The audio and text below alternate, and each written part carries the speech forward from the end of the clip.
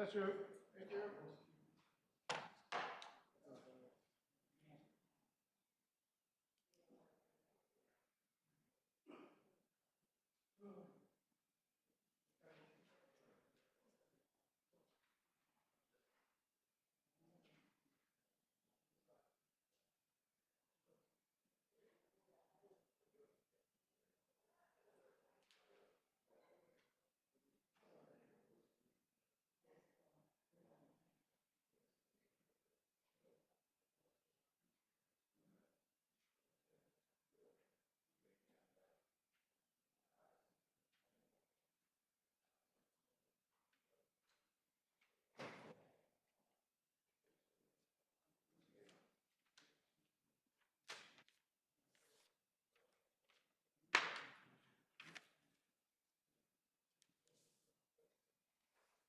Rise. Let's do the Appellate Supreme Court First Department. Meeting here, you all persons having business with the Appellate who are here, your attendance and shall be heard. Please be seated.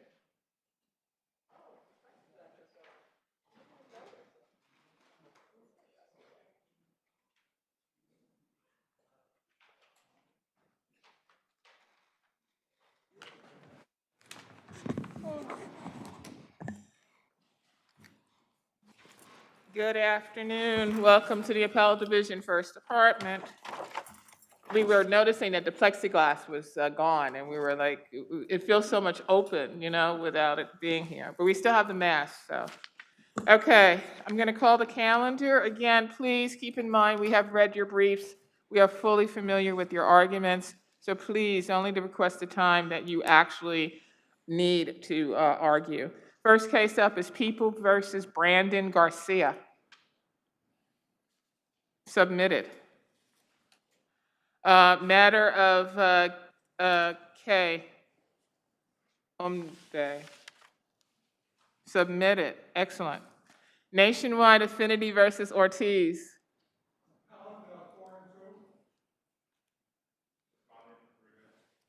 4 and 2 and 3. People versus Victor Lezama.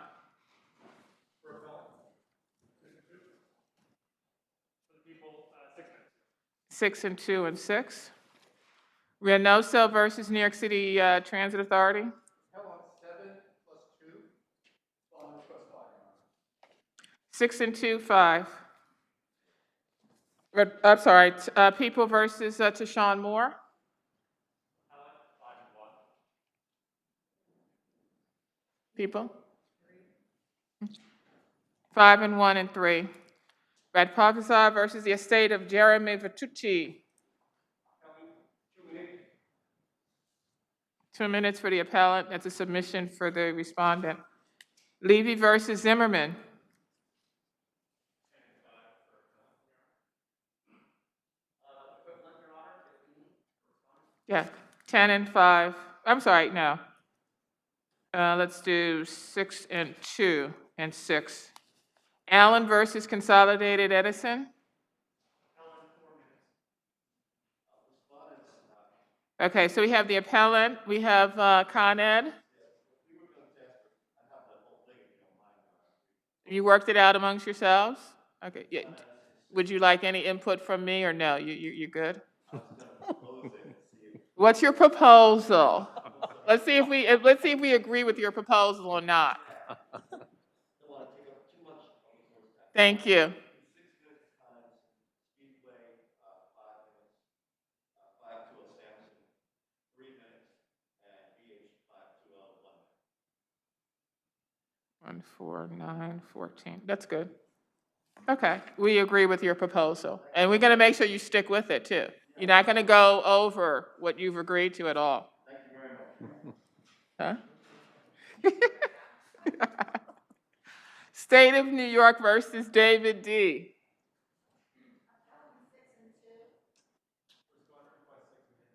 6 and 2 and 6. Fisher v. Hallman is this. That's a non. Okay, 4 and 1 for Real World versus 393 West Broadway is submitted. Oh, you didn't get it, I'm sorry. I got it. First case up for argument is Nationwide Affinity versus Ortiz.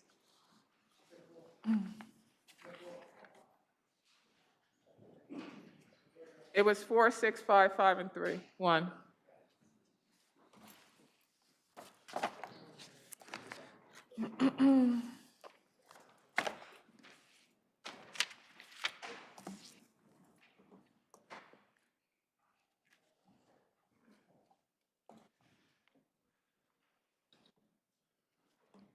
Good afternoon, Your Honors. May it please the Court. My name is Thomas Tordo. I represent the appellant Ortiz. We asked the Court to consider our argument that the conclusion by the Supreme Court that Nationwide, quote, came forward with prima facie evidence that respondent never served a demand for arbitration is, Counsel, how did you establish service of my understanding is both demands were in one envelope or something? yes, Your Honor. How did you establish that based on the paper record? The affidavit of service of the demand for arbitration is annexed to the petition at page 24 of the record. And the receipt for the demand is at page 25 of the record. Does the receipt, for example, identify two demands as opposed to one, or it just? Yes, well, I think it's the white card, that's at page 24. It says Lameka Hill Perkins and Katrina Ortiz. That's in the record as part of the respondent's own, next as an exhibit to the respondent's petition. And they admit, the petition admits that they received the demand for arbitration. That's at page 10 of the record, paragraph 7 of the petition. They say they received it, but that they didn't identify it. They overlooked it. That's what happened here.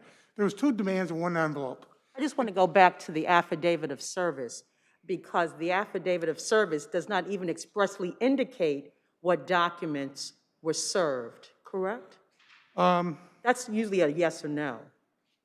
Well, I think it does. It's the affidavit of service is part of the demand for arbitration. I'm very well aware. What I'm asking you is the document itself. Does it state the documents that were actually served? Was it anywhere on that piece of paper? It just says the within document, you know, which is that document. I understand.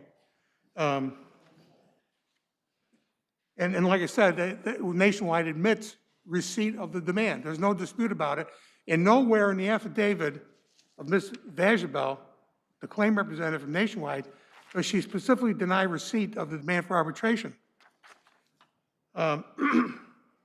Now, our position is that the affidavit of service and the certified receipt signed for by Nationwide constitutes prima facie evidence of service of the demand.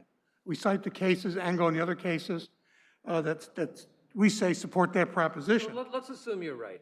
But really on the merits, I mean, there is a release here, and it releases all the claims that relate to the accident. What more is there to arbitrate? Well, I understand that that it's may probably a be- release that, you know, for $500, and there are probably issues with it. But your client did agree and accept, take the monies and sign the release. right, but you know, I mean, first, my position is that the court has no jurisdiction to reach that argument. That's a substantive argument as to why arbitration should not go forward. Secondly, to answer your question, I believe what happened here, it's not raising the record, but this was a settlement of the personal injury claim against the insured. It wasn't intended to release the SUM claim of Nationwide. But doesn't it say release of all claims relating to the accident? So That's right, it says that, but it's similar to a property damage release. You know, it says any and all claims, and the courts have interpreted it to be limited to that particular claim that's being released, i.e. the property damage claim, you know, and not the other claims, even though it's a broad-based release, a question of intent.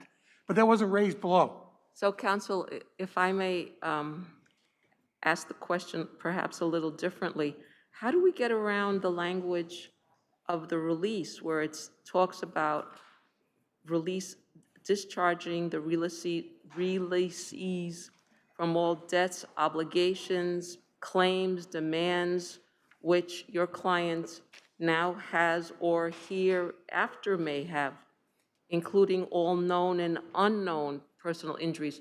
The language is so comprehensive. Yes. How do we get around that? Well, again, my answer is that if that question was presented to the court on the merits, the answer would be that the release is only intended to release the personal injury claim against the insured and not the insurer. But it doesn't say that. I agree, but And there's consideration given, you yes, know. it's $500. There's offer acceptance consideration. It's almost classic. Right, but it's in the context of the personal injury claim against the insured, Perkins and the driver, Hill Perkins. It was not a claim, Ms. Ortiz never asserted a claim against Nationwide. Thank you. You have time on rebuttal. Thank you.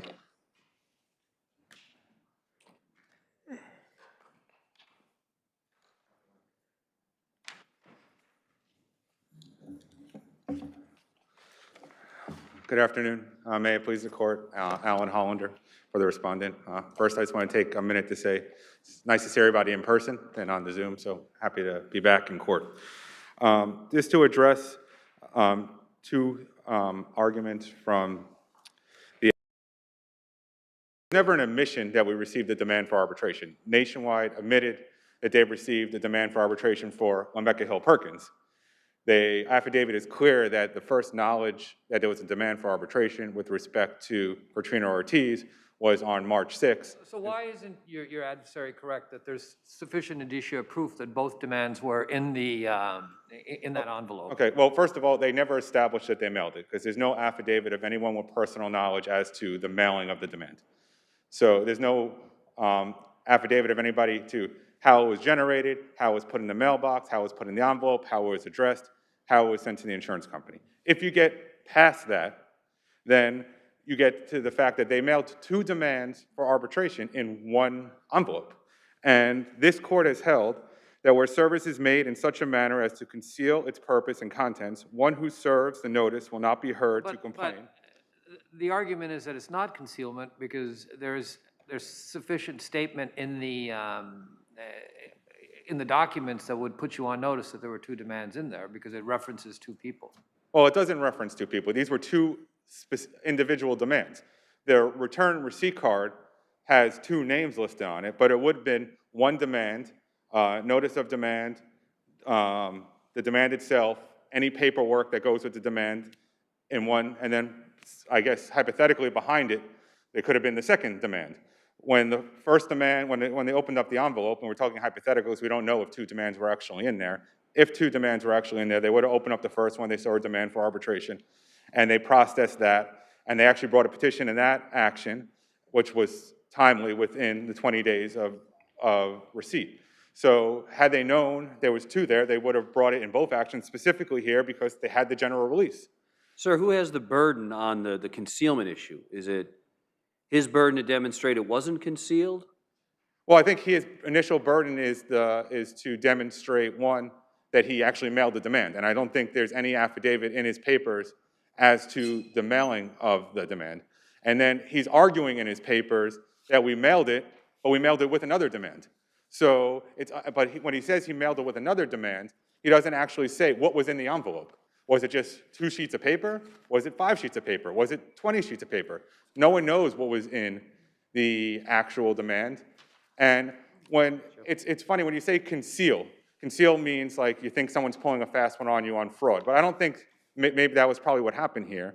What happened here is even if they sent 2 documents, they weren't readily apparent for the insurance company to know that there were 2 demands there. And I think that's what the case law tends to go to. If it wasn't readily apparent, because they didn't mail 2 demands, because they mailed 2 demands in the same envelope, they shouldn't now be able to argue the fact that it wasn't the petition wasn't timely noticed. Had they mailed 2 individual demands for arbitration in 2 separate envelopes, would have been readily apparent, then I think they would be able to argue that the petition wasn't timely served. Thank you.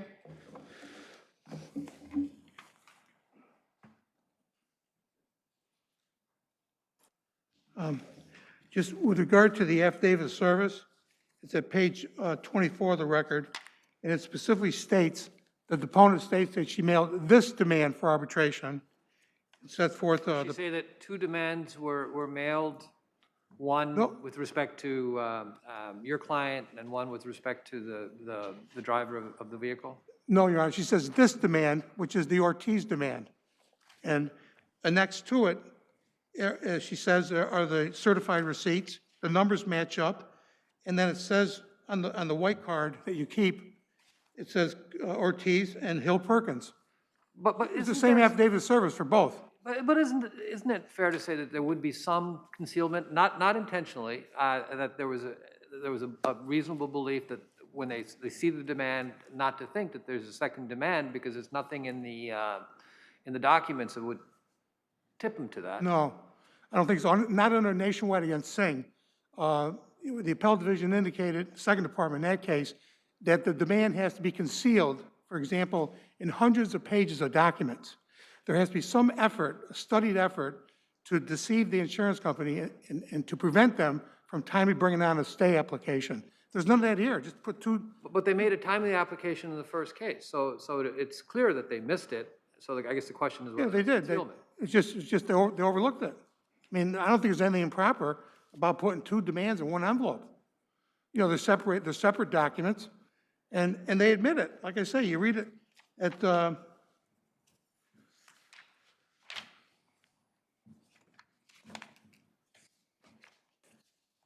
it says, while Nationwide received the demand served by Lamika Hill Perkins and timely made an application, the demand for arbitration of Katrina Ortiz, which was apparently set in the same envelope, was not identified at that time.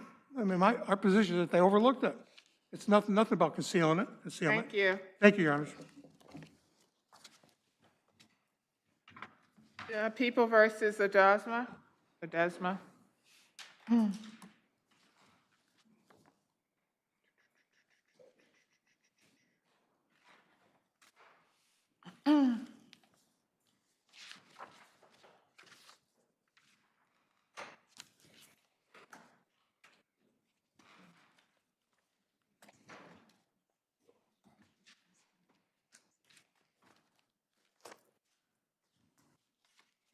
Whenever you're ready, counsel.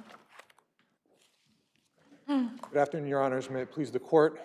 My name is Stephen Lynch. I have the privilege to represent Appellant Victor Ledesma in this matter. The Court below erred in denying 4 cause challenges for prospective jurors, including Allison Novak, who explicitly told defense counsel, "I don't think you're going to want me impaneled because you're the defense, and I suspect what I'm going to say is a bias that I don't even recognize." Ms. Novak also expressed a conflict with the Court's definition of an intimate part of the body. Well, that was in general. That was in the beginning. The court talked in general about what an intimate part of the body was and kind of said, well, you know, you would be surprised or there may be certain portions of the body that we're referring to. So that was kind of cleared up. That was almost a hypothetical given by the judge initially. Your Honor, I don't know about that because Ms. Novak was asked about that issue again. She made it clear that she had considered the entire body to be private, and when asked if she could imagine a scenario, whether it was, I believe, religious, moral, or spiritual. Well, the court said that, you know, that could mean a lot of things. An intimate part is not necessarily something that could be used for intercourse. It went on to talk about, you know, for example, a thigh or above the knee, something of that nature.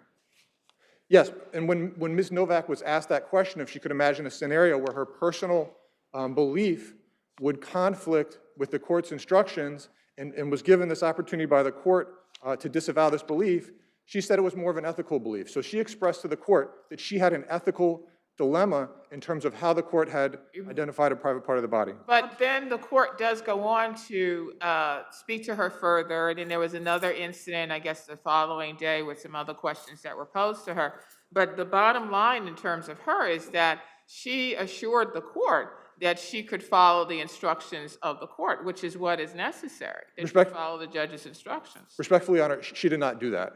The court never inquired about why it was, what was this warning to the defense counsel on why we would not want her impaneled. There was no inquiry about that and ever.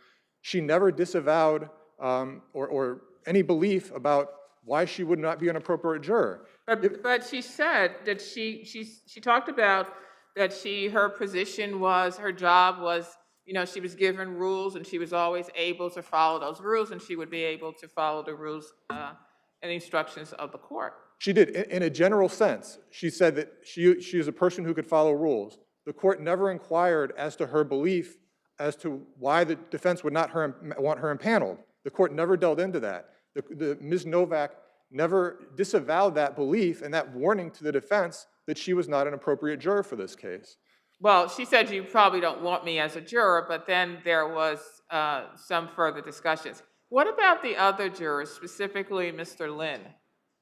Mr. Lynn, the inquiry for Mr. Lynn was whether he thought this is something a teenager would lie about in terms of the allegations in the case. He made it clear that he had a predisposition to believe allegations of sex offenses. Moreover, the inquiry with Mr. Lynn occurred immediately after a juror had said that she believed all allegations of sex offenses. So I think the context of Mr. Lynn's statement coming on the heels of another juror who believed every allegation, and then he himself acknowledging that he had a tendency and would believe, inclined to believe, the allegation of a sex offense. But then again, when the court inquired of Mr. Lynn, he says that he would try, right? The court asked whether or not he would be able to, I guess, put that out of his mind or whatever and follow the instructions. He said he would try.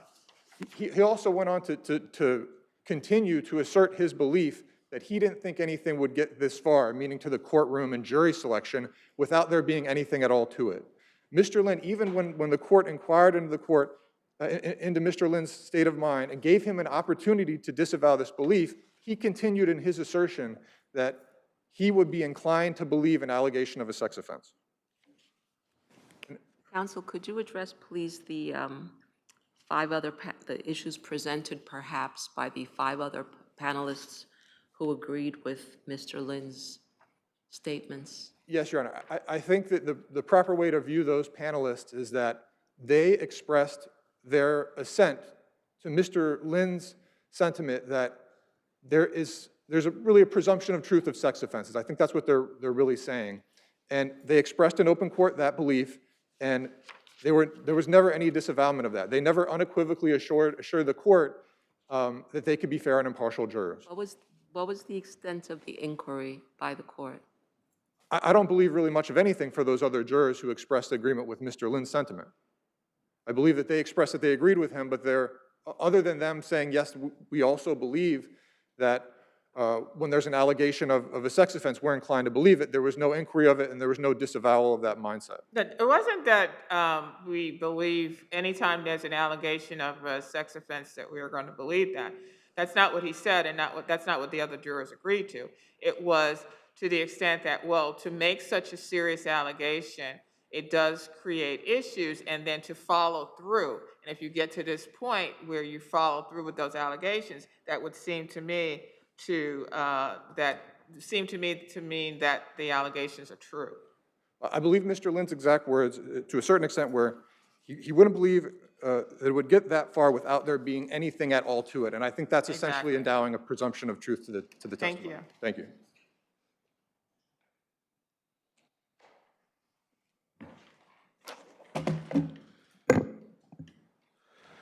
May it please the court, I'm Philip Tisney on behalf of the respondent. The jury in this case heard evidence over a single day. It critically evaluated that evidence, and it returned a mixed verdict, unanimously acquitting the defendant of all charges with respect to one victim. Can you address the arguments raised and the questions asked with respect to the second juror, Mr. Lynn? With respect to Mr. Lynn, sir, sure. To strike a juror for cause, 2 conditions have to be met.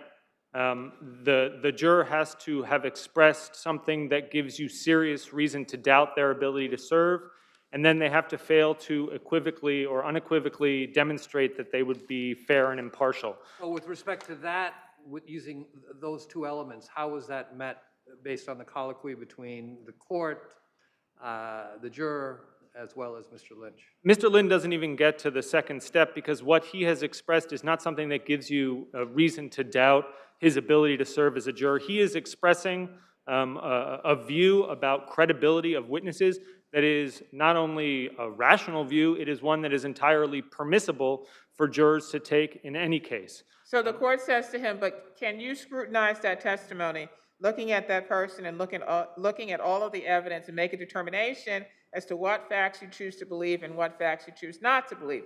Would you feel comfortable doing that? He says, I would do my best, which may not be, unequivocal, but fine. He says, I will do my best. But he doesn't stop there. He then goes on to say, but I would say that I do think that there is a lot of disincentives to come forward at all. And to come forward to this point, it would surprise me that someone would get that far without there being anything at all to it. Yes, and So should there not have been some further inquiry by the court at that point to say, well, again, did you believe that regardless of what you believe to be disincentives to come forward at this point in time, you can still be fair and impartial, you'll still be able to evaluate the testimony of those witnesses? well, keeping in mind that the judge had just asked that question and he had answered it and then gone on to say, well, again, here are my views, but I will do my best. On the balance, this is also something that happens during a longer colloquy with all of the potential jurors in which witness credibility is an issue that they're talking about.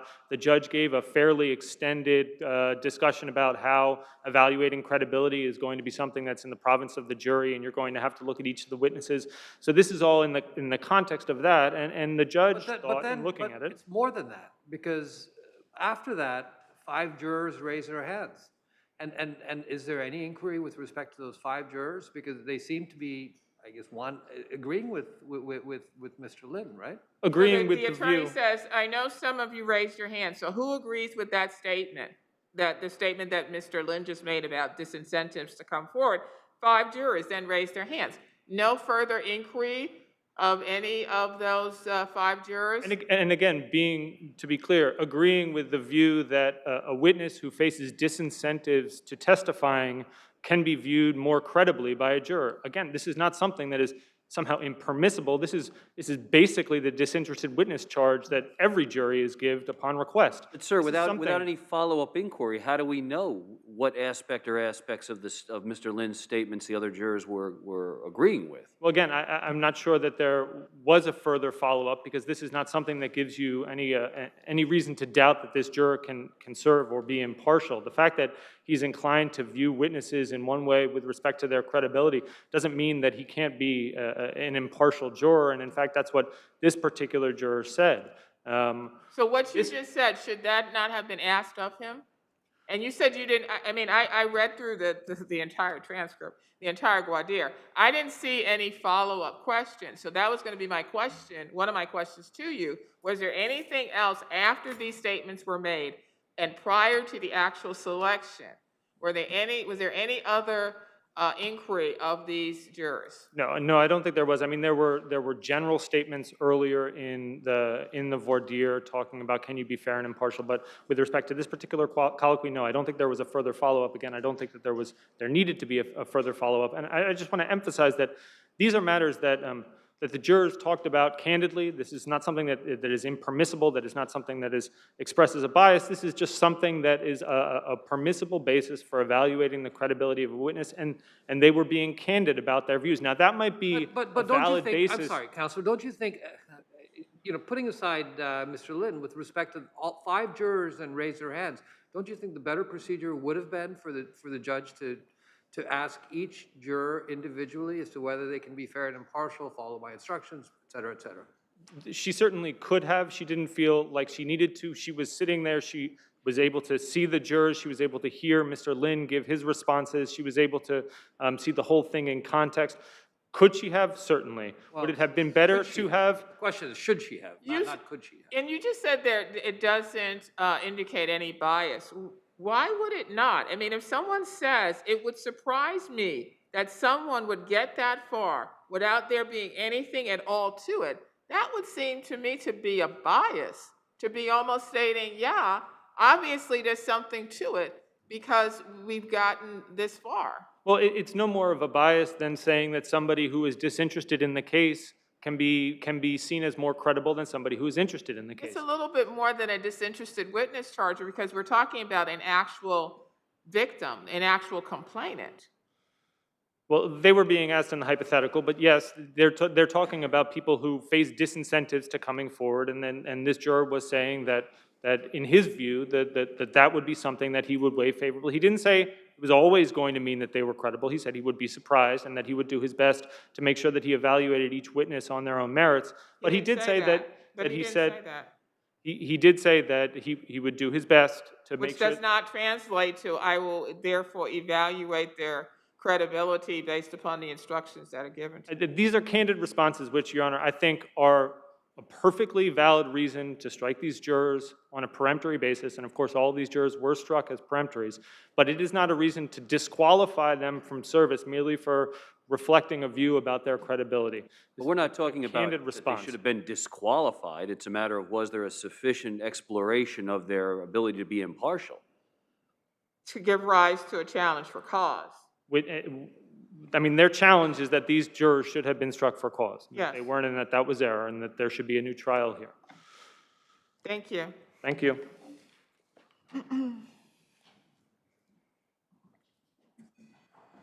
Your Honor, just to address these issues about being a disinterested or interested witness, the instruction on that is whether or not this witness has something to can stand to gain or lose by the outcome of the verdict, by the outcome of the trial, or whether they can favor any particular outcome. That's really not the issue. That's not what Mr. Lin was getting at. He's talking about essentially the ordeal of being a witness. And there's no basis to say that that is something that we consider when we evaluate witness testimony and we instruct them on this basis. Also, in the Court of Appeals in Culhane, the court encourages judges in these circumstances when we have prospective jurors and there's a real concern about their impartiality to excuse them. That's exactly why we have so many people in. Well, your adversary is arguing that you have to look at the record as a whole. And so, as a whole, the judge did in fact speak to these jurors and received some assurance from these jurors that they would be able to, that they would be fair and impartial and that they would follow the instructions of the court. Well, Judge, at this point, I think this is an appropriate moment for me to talk about when the people ask for deference, they cite a Court of Appeals case, People versus Williams, that I think has no place in an appellant's brief in 2022.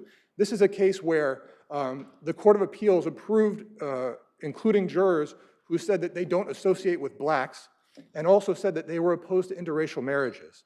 So I think in the terms of the deference that they look for the court, that's not a case that they should be relying on. And even in that case, which I think is offensive to our ears today, the court actually had a stronger basis to keep the jurors. These are people who explicitly said, despite saying these things that are so offensive to us now, that they could be fair.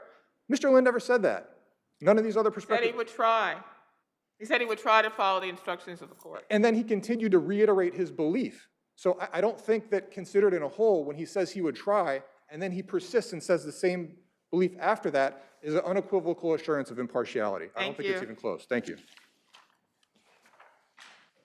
Reynoso versus New York City Transit.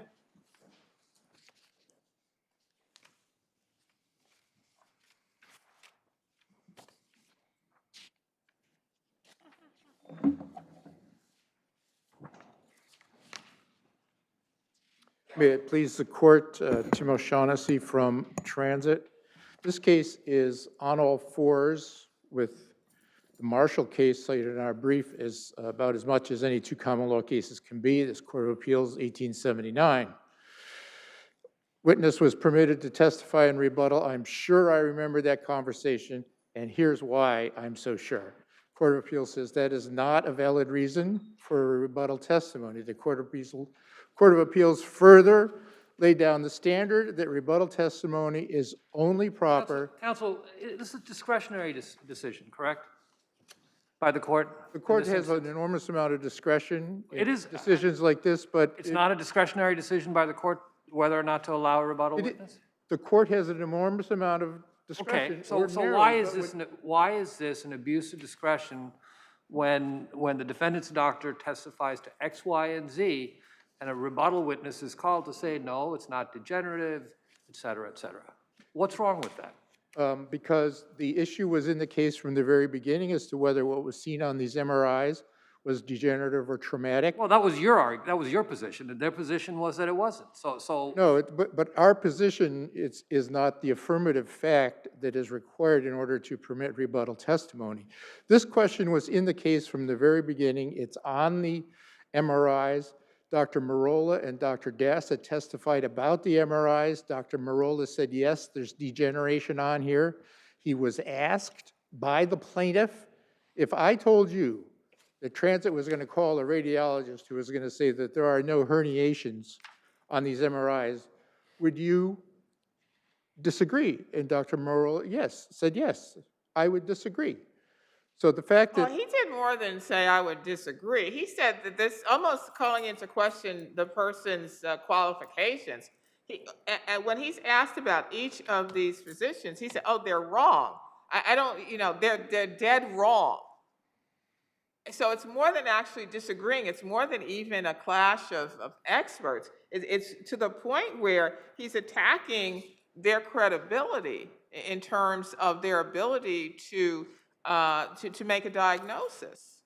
You're saying our radiologist was attacking them? Mosso. Dr. Moses. Dr. Mosso. Yes.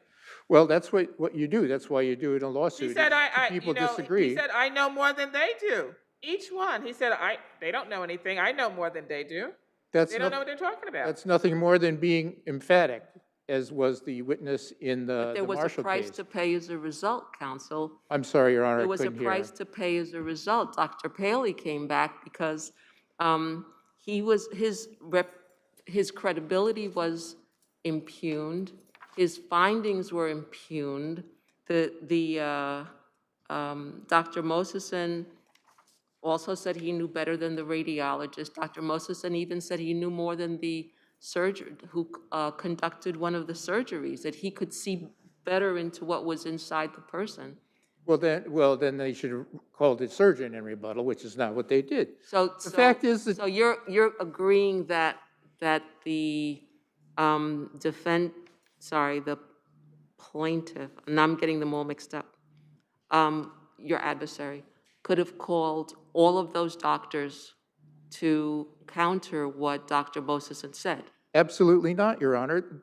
The only way that the plaintiff could call a rebuttal witness is if the defendant had raised an affirmative fact that was not in the part of the plaintiff's case. Causation, traumatic injury versus degeneration on the MRIs was in the plaintiff's case from the very beginning. But I thought we had agreed and that it's within the discretion of the court. It's in the discretion of the court, but the court can't violate case law such as Marshall and all the other cases cited in our brief. And in addition, Dr. Paley... it sounds like what you're saying is that there is no discretion. Well, the discretion is circumscribed. That's why we talk about being within discretion and being an abuse of discretion. To render a decision that's contrary to Court of Appeals law and law from this court is not the exercise of discretion. That's abusing your discretion. Can you address the request to reduce the future economic losses? It wasn't raised below. Why should we now consider it in the interest of justice? Yes, it wasn't raised below, but if there ever were a case where the interest of justice cried out for review, it is this one. First, the jury awarded $800,000 more than the plaintiff's economist put in. Second, the plaintiff's economist put in a number for 20 years. The jury only awarded for 17 years. So if you take the economist's But you could have raised all these arguments below. The court below would have had an opportunity to rule on it, and then we would have then looked over that decision. But you didn't. You took the Supreme Court out of this. I understand, Your Honor. I'm not happy to be standing here invoking the interests of justice. I wish it had been raised. But I think that as far as those two instances in which the award should be reduced, as well as the duplicative recovery for a elevator building and a 24/7, 365 home health aid, I think those recoveries are so clearly contrary to justice Sir, what is But the those should be thrust of reached. your argument in this regard? Is it that the evidence was legally insufficient, that the jury's findings were against the weight of the evidence, or that the jury's award in this regard deviated materially from reasonable compensation? Uh, Well, when we're addressing damages, it's always that the award deviated from what would be material compensation. And in fact, it's a weight of the evidence analysis. We're not arguing that the evidence was not sufficient to support a finding that she was in fact injured. But there's assertions such as for the jury to find $800,000 more than the plaintiff's economist provided for is. So it's a You could look 55 at that as not supported by the evidence, but all the other things, such as the duplicative award, the testimony that was provided was of such tiny weight that it should not be, Thank you. that the word should not be held up.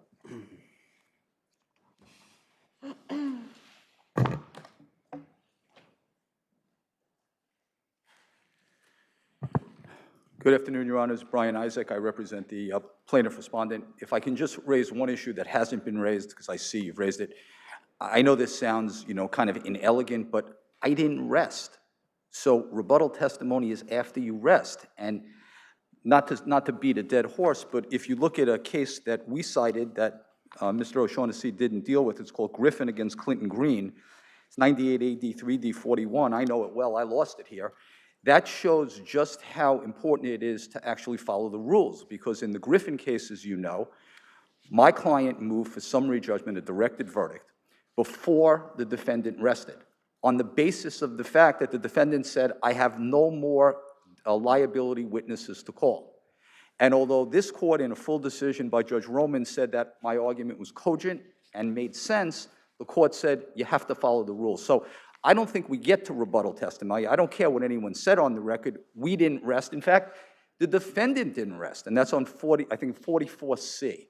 So leaving aside all of the other arguments made by my adversary, this isn't not only not preserved, it's just not correct factually. And I would also point out that not only did Dr. Mosefson attack everybody except for him, including other radiologists whose reports were there, but, Your Honors, he attacked his own 3 co-witnesses, because you'll recall in this case that Transit had 4 doctors. They took an adverse witness charge on 3, and when asked, listen, do you agree with your co-doctors that there was a C5, C6 radiculopathy? He said, no, they're wrong too. And he said that he knew better than the doctors who actually were doing the surgery, because he could see better even though they were there. So I think this is just a discretionary matter anyway, certainly not enough to reverse the verdict, and I would ask you not to accept that argument. Let me talk about the damages. It's unpreserved. I know, Judge Singh, you asked about that. All I'll say about unpreserved error is I'm over a decade on unpreserved error in this court, so I would ask you to follow that. But the jury's verdict was not crazy. Let me tell you why. What the jury did was they awarded me $319,000 for future pain and suffering, ridiculously inadequate, so much so that the Transit Authority consented to the $1.4 million increase. They did award $5 million, even though our economists predicted 4.3. I'm sorry, how old was your client? 61 at the time of the accident, 67 at the time of the trial. Thank you.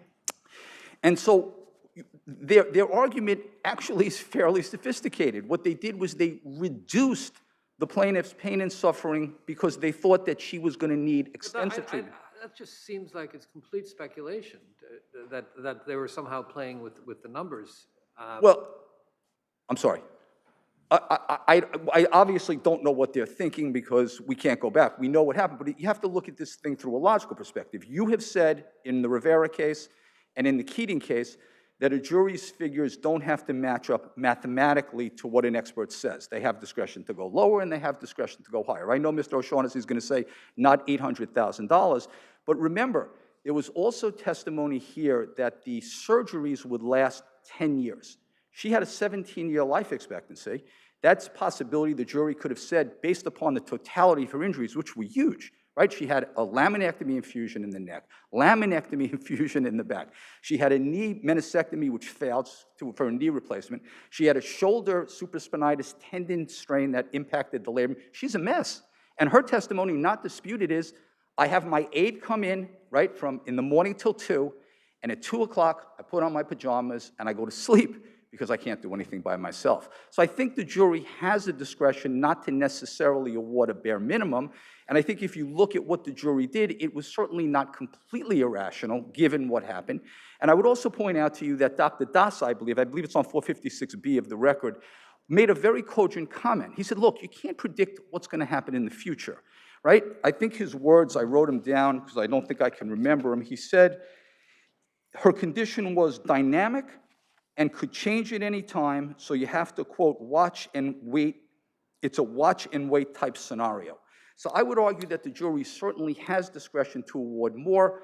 I would ask you not to deal with an unpreserved argument, but certainly if you're going to make a reduction on this plaintiff with these panoply of injuries, it should be minor.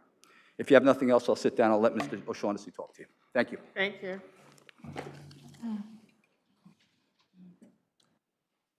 I had one point to just finish up the discussion on my original argument, and that's that Dr. Paley's reports, all 5 of his MRI reports, were placed into the record by the plaintiff. The plaintiff knew full well that what those MRIs showed and whether they showed traumatic injury or degenerative changes was an issue in the lawsuit, and Dr. Paley's testimony was cumulative. As far as, yes, it is true that plaintiff's attorney had not uttered the magic words that he rested, but there's no question from looking at the colloquy that went on with the court that he was calling Dr. Paley he had previously no intention, excuse me, of calling Dr. Paley, but it was only because our neuroradiologist was so emphatic that he wanted to call Dr. Paley to restate what it says in his reports. Furthermore, the court said exactly that when the court was granting the application, and the court also used the word rebuttal. And finally, as what counsel just said about our neuroradiologist disagreeing with our own doctors, I do not think that that was in the brief. Thank you. Thank you. People v. Tishawn Moore.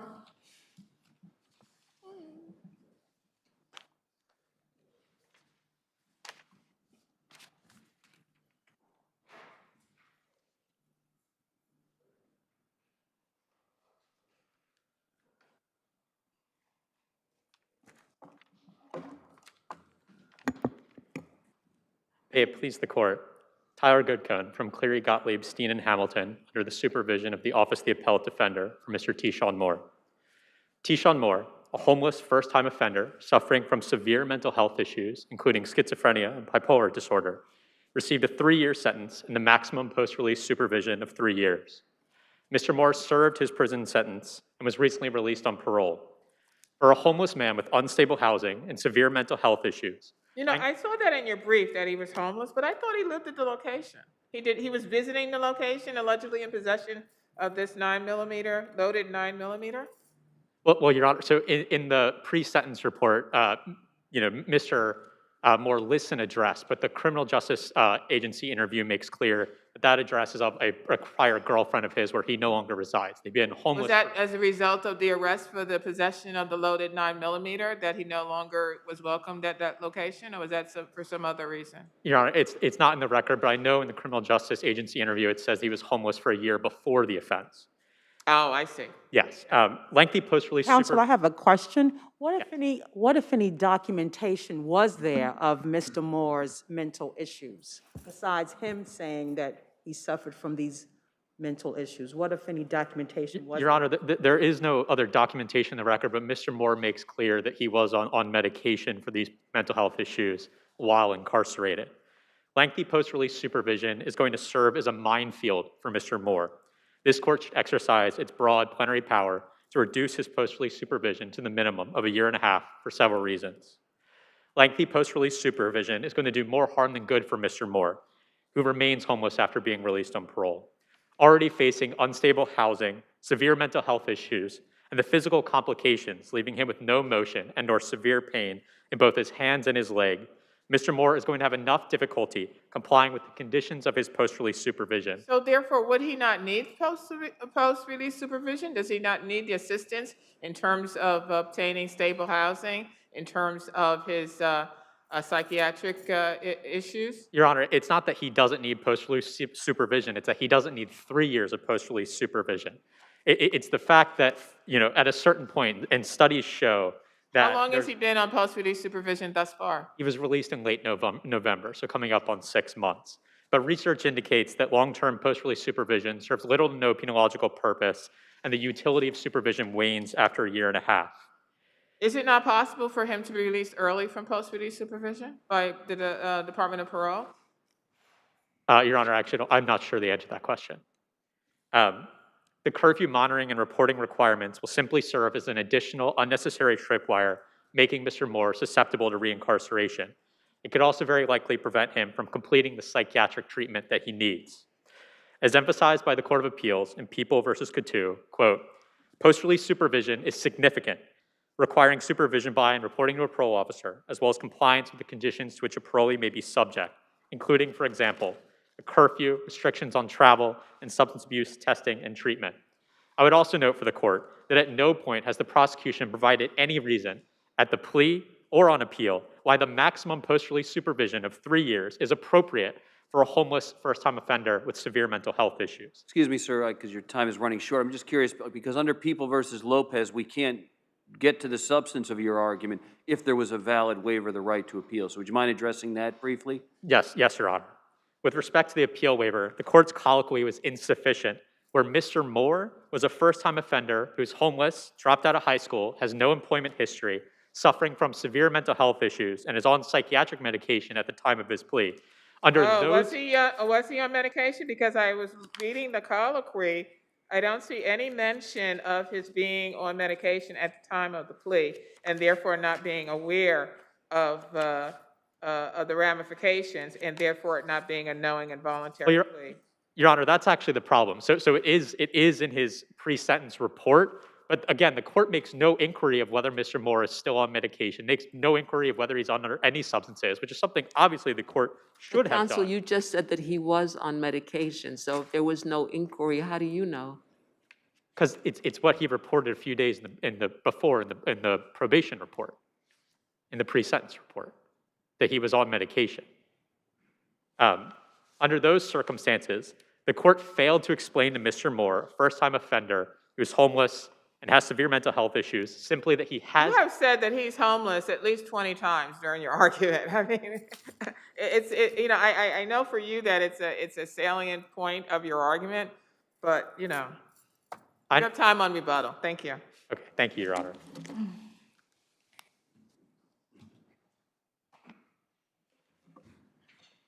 Good afternoon. Felicia Yancey for the People. Was the appeal waiver valid? Yes, Your Honor.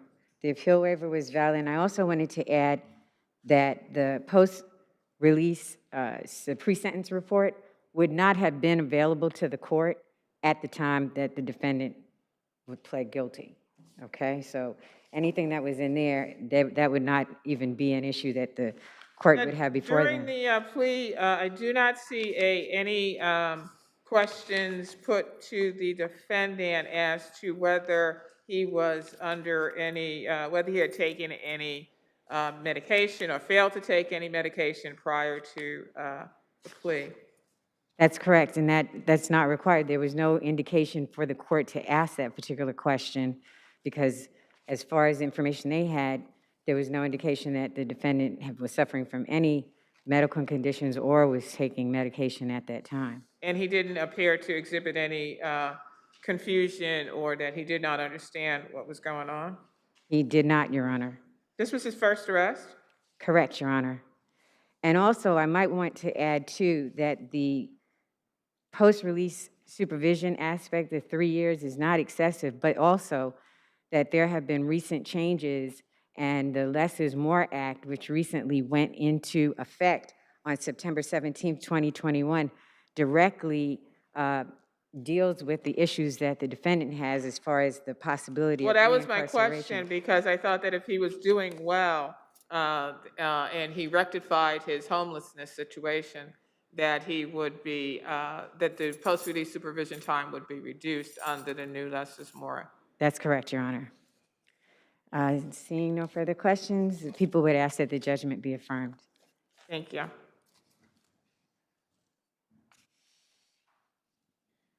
One point.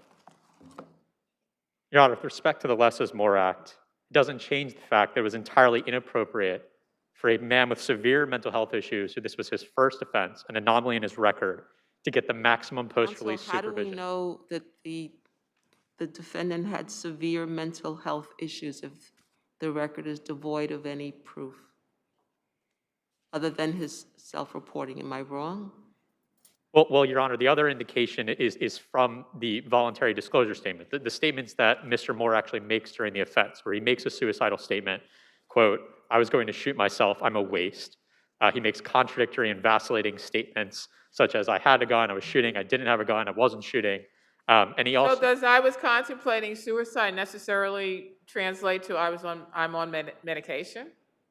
Your Honor, I would just note that people with schizophrenia and bipolar disorder have a far higher rate of being You just suicidal. diagnosed him as schizophrenic and bipolar, where he stated, "I'm a waste and I was going to kill myself." How do we get to that diagnosis of schizophrenia and paranoia from those statements? Simply that it's in the pre-sentence report that the judge reviewed before sentencing. Thank you. Thank you. You're doing this pro bono for Cleary Gottlieb? Yes.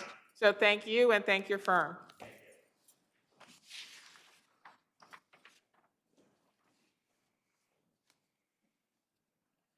Radpravar versus the state of Jerry Vitucci. Radpravar. Whatever.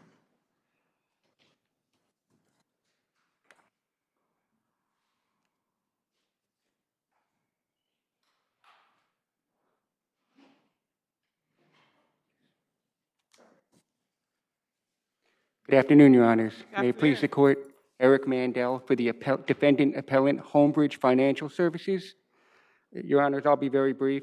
I just want to address one issue raised in our appeal brief. In a stipulation of settlement that was entered into between the plaintiff and the defendant Vitucci, the plaintiff expressly consented to a $390,000 mortgage encumbering the real property known as Lot 38. Several years later, my client extended a mortgage on the property. From the proceeds of Homebridge's mortgage loan, that prior $390,000 mortgage was paid off and satisfied. At the time of my client's mortgage loan, Homebridge secured a certified title report that did not raise or disclose any objections or intervening liens on the property. The plaintiff is now seeking to declare my client's mortgage void, or alternatively, to subordinate my client's mortgage to any interest that he may possess in the property. However, based upon the doctrine of equitable subrogation, my client is entitled to step into the shoes of the mortgage that was paid off and have a senior lien in that amount. So who owns Lot 39 now? Lot 39, which is not— I'm asking about Lot 39. Who owns it? Lot 39 is now owned by the plaintiff. So in his entirety. presumably he could sell Lot 39, and depending on whether there was how much that realized, he may or may not be entitled to further monies, correct? I'm sorry, Judge, I can't hear you. What would happen if he sold Lot 39? If he sold Lot 39, then from the proceeds of that sale, it would determine how much he is in— well, let me take a step back. The stipulation of settlement governs the sale of the two lots.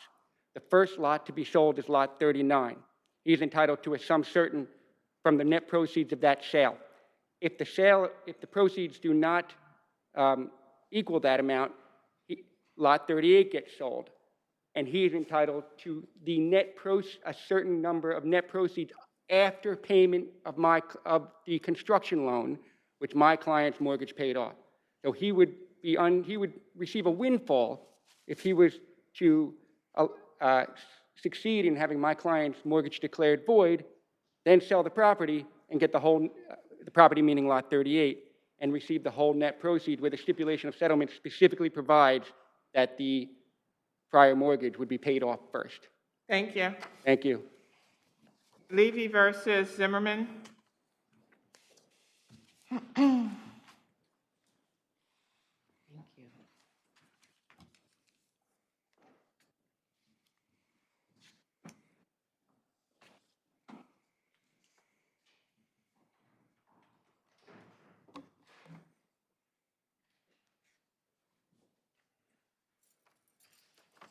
May I proceed?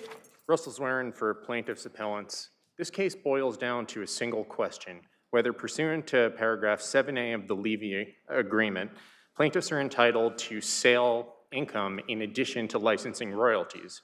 The lower court's most consequential error was answering this question in the negative, in clear contrast to music industry custom and practice, without considering the affidavit of Bob Cohn Music Industry. So in other words, every time, if terms say, for example, any and all income, in the music industry, as a matter of law, there's an ambiguity with respect to how we're supposed to define that term?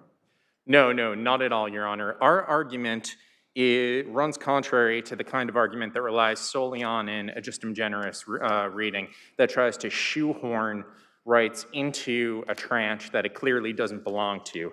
Here, it's relying on paragraph 7A, the first sentence, which says 35% of any and all income earned by the compositions and actually received by publisher from mechanical rights, electrical transcriptions, reproducing rights, motion picture synchronization, and television So rights. you will concede that clearly doesn't include the sale of copyrights of the composition, correct? No, Your Honor. Our argument is that all of the rights listed in that first sentence of 7A can both be sold and licensed. None of those are rights that can exclusively be licensed. So there are two different ways that they can generate. What about paragraphs 2 and 10, where it says the compositions were to become the sole property of Bob Dylan with all copyrights therein, and the JO, and with JO signing to Dylan all rights, title, and interests, and rights of whatsoever nature? Yes, Your Honor. Paragraphs 2 and 10, C and D, to a certain extent, are a red herring. Insofar as even if the court is determined to read paragraph 2 very broadly and wants to make the determination that there is no automatic assignment to Jackalope and that upon execution of the Levy agreement, all of the rights in all of the copyrights to all the compositions were transferred wholly to the Dylan defendants, still it would be indisputable that plaintiffs are entitled to some compensation pursuant to 7A. And you still have to answer the question, what exactly is that compensation? Is it just based on the sale of either an individual right or the full bundle of rights, or is it just from licensing But counsel, royalties? doesn't paragraph 7A contain an awful lot of detail? Aren't you trying to add a detail that perhaps in your view was omitted? I mean, doesn't this paragraph indicate the intention of the parties? I would argue, Your Honor, that it very much does reflect the intention of the parties to include sale rights in But I don't the first. see it there. And But counsel, I don't see it there. It's so specific: mechanical rights, electrical transcriptions, reproducing rights, motion picture synchronization, and TV rights. It's so specific, but it doesn't talk about copyright. Well, Sale from copyright proceeds or Your Honor, the point proceeds that from sale of copyright. the point that we've made in their papers and that I'm making to you right now is that those rights can both be licensed and sold. Each of the individual rights that you just listed are not solely rights that can be licensed. So if you sell off one of those rights, we're entitled to compensation. And I'd ask you to look at the handwritten interlineation at the bottom of page 2, which gives a great example of how exactly that works. That interlineation concerns plaintiff's entitlement to 35% of the purchase price. Counsel, my colleague made reference to the fact that we're talking about the music industry, right? Yes. So is there any, back in 1975, are you stating that these individuals were not sophisticated to the point where they would not be able to basically put together an agreement that they knew exactly what the agreement was all about? The first point I want to make is that defendants drafted this agreement, so contra preferentum comes into play here. I certainly would have drafted it differently if I were. And so the deceased Mr. Levy, Mr. Levy, right, he did not have, Jacques Levy, he didn't have any counsel? He did, and the second part of my Did or did not, I'm sorry. did have counsel. And the second part of my response to you would be that this agreement reflects the intention of counsel for both sides to include broad compensation for Mr. Levy. And I want to make the point that this is very different than just a songwriter agreement. This is a combination songwriting, co-publishing agreement with exclusive administration rights. But my point was, to my colleague's point, was that if in fact you wanted to include copyrights, then in paragraph 7A, in addition to mechanical rights, electrical transcriptions, et cetera, you would put copyrights. Oh, Your Honor, I understand your question. That would be redundant. You don't need to specify that there's the ability to sell the copyrights, because the copyright is just a collection of all of the different rights in the compositions. Well, it's not a matter of whether or not they could sell the copyright. It's what the allocation or apportionment would be of the proceeds of the sale of the copyright. That's right, Your Honor. And just to follow up on Justice Weber and Justice Gonzalez's points, Section 7 delineates some very specific rights. And the business of the apportionment of the proceeds of the sale of the copyrights seems to be a very important right. And yet it goes without mention in Article 7 or Section 7. Can I answer that even though? Yeah, yes.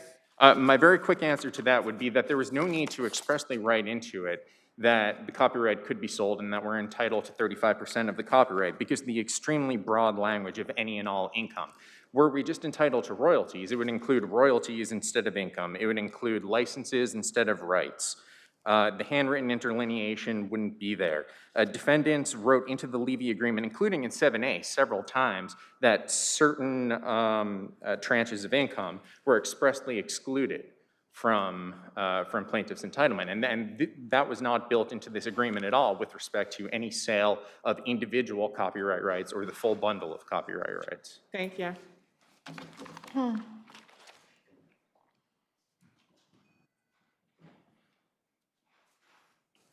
Good afternoon, Your Honor. Tom Dupree for the defendants, and may it please the court. Justice Ostrager carefully reviewed this contract and read it as an integrated whole. His well-reasoned 18-page opinion held that the contract is clear and unambiguous and plaintiff's claims must be dismissed. That judgment was correct and should be affirmed. The plain language of this contract, as this court's questions underscored, entitles the plaintiff to compensation in the form of a share of licensing revenue, that is to say, payments arising from the various ways in which copyrights can be exploited, mechanical rights, transcription rights, and that sort of thing. It most certainly does not give him a right to a share in the sale proceeds arising from Mr. Dillon's sale of the copyrights themselves. I would like to call the court's attention to Section 6 of the agreement.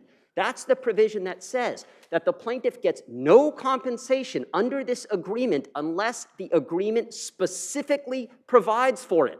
So when Mr. Zwerin just told this court a minute ago, well, it doesn't have to specifically say that. Well, actually it does. It actually does. The contract nowhere, not in Section 7 nor anywhere else, says that Mr. Levy gets a share of sale proceeds. And to Your Honor's question, this is exactly the sort of provision one would expect to see in a contract negotiated by sophisticated counsel of this type.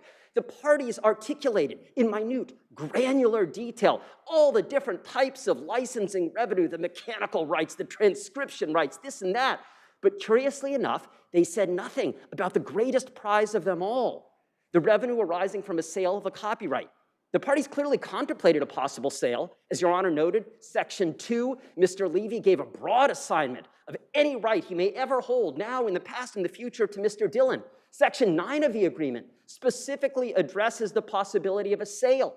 It gives Mr. Dillon plenary authority to sell the copyrights without any payment to Mr. Levy, contingent only on Mr. Levy continuing to receive his stream of royalty payments as he has. Universal has simply stepped into the shoes of Bob Dylan.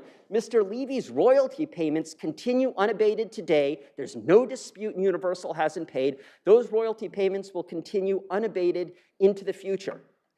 I think that the great point of all this that Justice Ostrager correctly noted is the fundamental canon of common sense that parties in contracts don't hide elephants in mouse holes. They would not have explicitly articulated all of this granular detail and yet left to mere implication that Mr. Levy actually was entitled to a share of the sale of the copyrights. It's simply not so. They are peddling a version of this contract that defies the text's plain language. It runs roughshod over fundamental canons of construction, and it would result in an outcome that is commercially absurd. As a result of the Universal sale, Mr. Levy didn't lose a thing. He didn't sacrifice any rights. Bob Dylan sold everything he had. He sold all of his copyrights, all of his future income streams from these songs, everything. Mr. Levy didn't give up a thing. But he didn't get 35%. He didn't get 35%. He's not entitled to it, but he didn't give up. But you're saying, but that's their argument, is that he was entitled to 35% Right, of the sale of the catalog. And our point is that it is a double dip in the purest sense. He wants to both claim the continued stream of royalty payments and get a share of the sale proceeds when Mr. Dylan sold the copyrights and the plaintiff didn't give up a single thing as a result of that sale. Sir, what about your friend's point or argument that when we look at Section 7 of the agreement, we should construe it against your client, given that his counsel was the one that drafted the 1975 agreement? Well, no. I mean, first of all, several points, Your Honor. First of all, there needs to be no presumptions or construe against when the language is clear and unambiguous as it is here. So you don't even need to get to those types of implications. Second point is, as my friend conceded, he was represented, I think actually by my friend's co-counsel at the time, back in 1975, when they negotiated this agreement.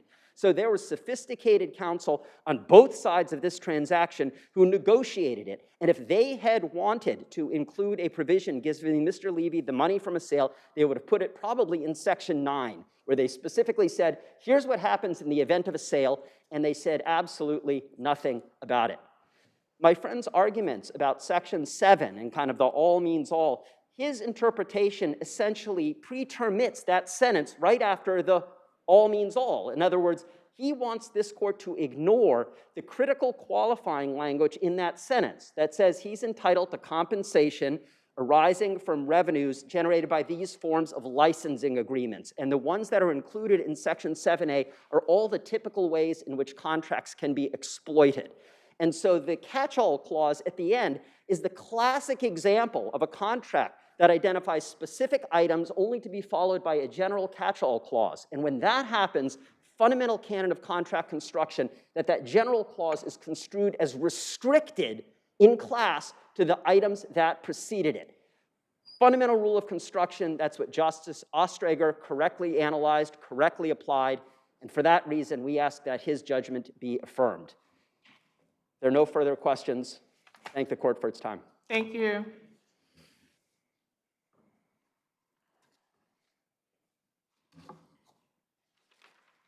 I have a couple points. First off, I want to bring the court's attention to paragraph 9 that ends with, subject, however, to the payment of compensation to employees herein provided.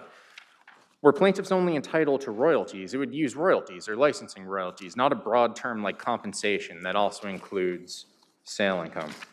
Well, so 9 just then ultimately requires us to refer back to 7. Yes, to refer back to 7A. Now, opposing counsel just made the point that the rights listed in the first couple lines of 7A are the classic licensing rights. What is that based on? That's based on their citation to our expert Bob Cohn, his treatise.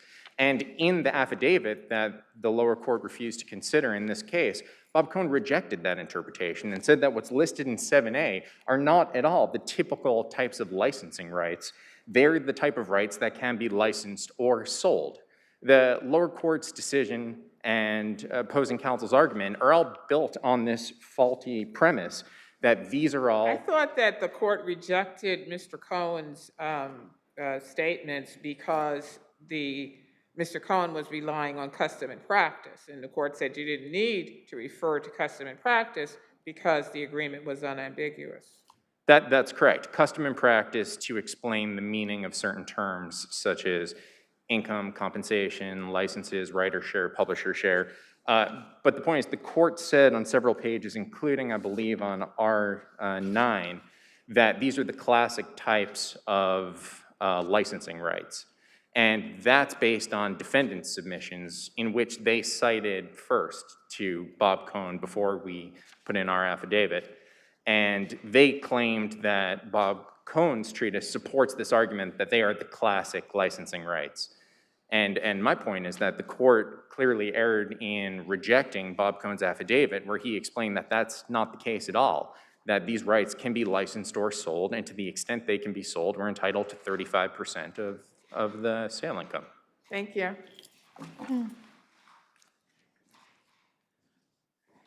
Allen versus Con Ed.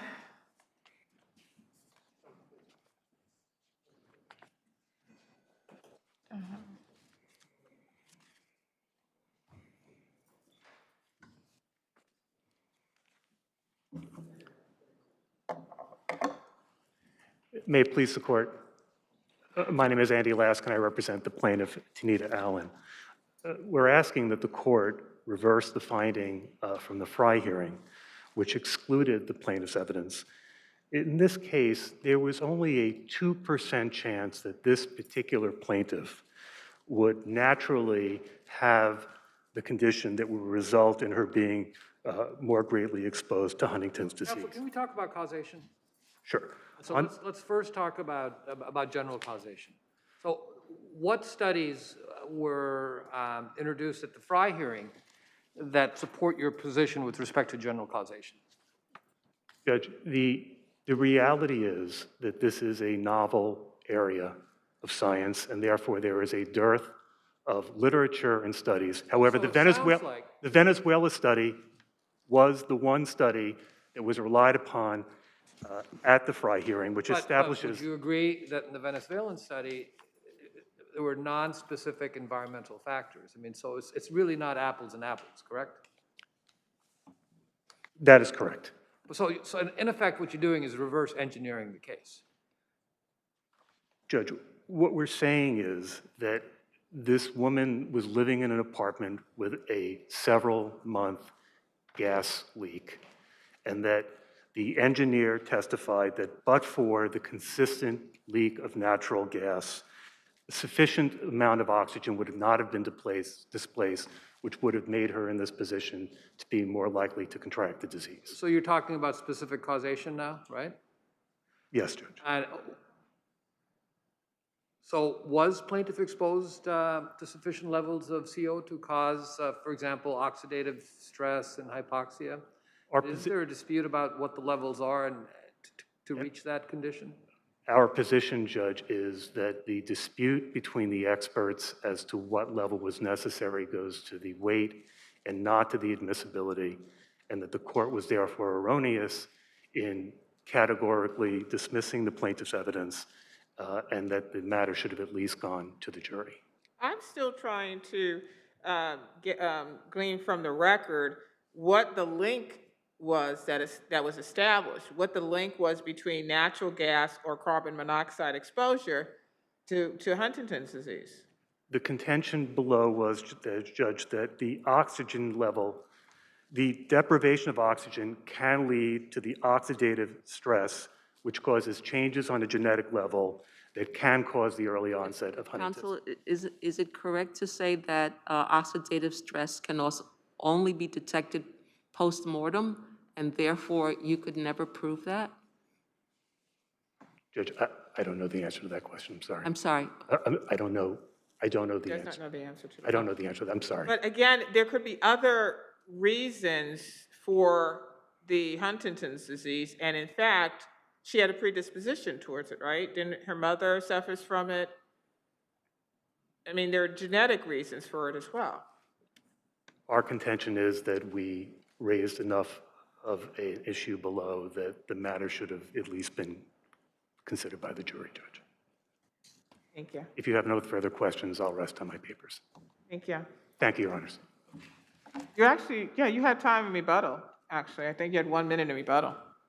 Thank you, Judge. Con Ed? Good afternoon, Your Honors. My name is Dan Ratner. I represent Con Edison. The Venice Oil Study was the only study that was really, truly, was relied on the most prominently during the hearing. And in that study, the author specifically asked the question, well, what accounts for this earlier age of onset as a subject of exploration? So you had a group of subjects that statistically had developed early onset sooner than the average. So they were trying to figure it out. And they said, well, maybe environmental factors could be a factor, but we have to study it. They never arrived at the conclusion that it actually is a factor in early onset. And in fact, plaintiff's counsel just conceded that this particular plaintiff was within the range of patients who develop early onset Huntington's disease. So But it she is. was exposed to the natural gas. We have the representative from Con Ed coming to the location during that period of time and stating that there was a gas leak. Well, as it relates to the issue of specific causation, yes. I mean, there was gas detected near the stove. There were never any atmospheric readings So taken. was it sufficient, the gas that was released, sufficient to cause oxidative stress and hypoxia? Well, back to the issue of general causation, that's not been shown. Specific. And the That's specific, no, absolutely not. You would have had to have levels that would, as one of our experts put it, would have caused the apartment to explode first. Yeah, And it because was I nowhere near understand that. it's 5% level makes it combustible, and hypoxia occurs when the ambient oxygen is less than 18%. Right, and I just wanted to add that the engineer in question, Mr. Tobias, you know, he assumed there was a continuous leak based on a couple of measurements 7 months apart. He claimed that a 3/4-inch hole in a gas pipe would cause an apartment to fill up with gas in 10 days. There was no evidence of a 3/4-inch leak in a gas pipe in this case. And then he didn't do any mathematical modeling, as it's been repeatedly described in the briefs. He just said that there was a level of 2.7 to 3% in the apartment based on the assumption that a window was open once for 1 hour per day. There was no evidence that it was open for 1 hour a day, and he never quantified the total amount of exposure there really was over the course of that 7-month period. So this is not, you know, a case similar to one where the courts have said, you know, you don't have to have a specific dose-response relationship. This is far from that. This is far from that. And also the other methodology that was applied in this case was the differential diagnosis. Well, the starting point of a differential diagnosis methodology is that all the things that you're suspecting are accepted as causes. You have to I just rule want to in. back up 1 second. Didn't Mr. Bradley said that there was a 3% level of gas in the air? Mr. Bradley, didn't he say there was a 3%? Mr. Tobias? John Bradley. Yeah, yes, he did take one reading. Right. Right, right in the range of the stove. Right, so you stick it inside the stove or around the stove, which is different than an atmospheric reading, which was never taken. So there's a big difference there, big difference there. And Mr. Tobias, he assumed all of this atmospheric, but there's no data to support that. You know, I'm talking about the plaintiff's witness. Okay. Thank you, Your Honor. Thank you. Who was next up? Good afternoon, Your Honor. My name is Eric Bailey. I'm the attorney for third-party defendant Speedway in this matter. And adding on to the points that counsel just made, and as Justice Thompson made in his own order on this matter, plaintiff's own toxicologic expert testified at the Fry hearing that any risk analysis, any toxicologic risk analysis that's being done is incomplete because there just was no data from which to find a mathematical model. He went on to say, we're looking basically at end results and going back, trying to essentially make a statement about what is reasonably believed to be the exposure, considering the fact that there's no other exposure. As Justice Thompson pointed out, this is clearly the opposite of what the Court of Appeals said is the method of determining validity under the Fry standard, as the court said in Sean R. versus BMW. Counsel, you represent Speedway? I represent Speedway, yes. So kind of to make it simple, the plaintiff, according to what I read, developed symptoms in December of 2010, and your people came on board in July of 2011. Is that correct? That's correct. That's the point of our cross appeal, is that without regard to the decision on the Fry hearing. As a matter of law and fact, my client cannot be held liable in this case, and all causes of action and all claims should have been dismissed against my client. To the extent that there is any residual claim left by Judge Thompson's decision, that would be included as well. Before proceeding with the substance, I would note third-party plaintiff's brief before this court does not dispute that my client is entitled to dismissal of the complaint against it, nor any of the bases that are included in that brief. The defendants, Con Ed and the other property owner, do not dispute my client's entitlement to summary judgment. The only party that even made a cursory mention in opposition to my client's cross-appeal was the plaintiff. And that statement, the one page in the reply brief of the appellant, is not before this court, for the simple reason that the plaintiff did not dispute my client's entitlement to summary judgment at the trial court level and did not dispute it in their original brief. There is simply no judicially cognizable opposition to my client's cross-appeal to have everything dismissed as against it. And it is entitled to that. It's entitled because liability requires not only a showing of negligence, but that are damages caused as a result of my client's negligence. I've argued in my brief that my client wasn't negligent, and I will rest upon that part because I think the more obvious reason for granting summary judgment to my client is that there are not and cannot be any damages as a result of what my client did. There is, as Your Honor pointed out, there is no dispute that plaintiff had Huntington's disease before Speedway ever entered the apartment.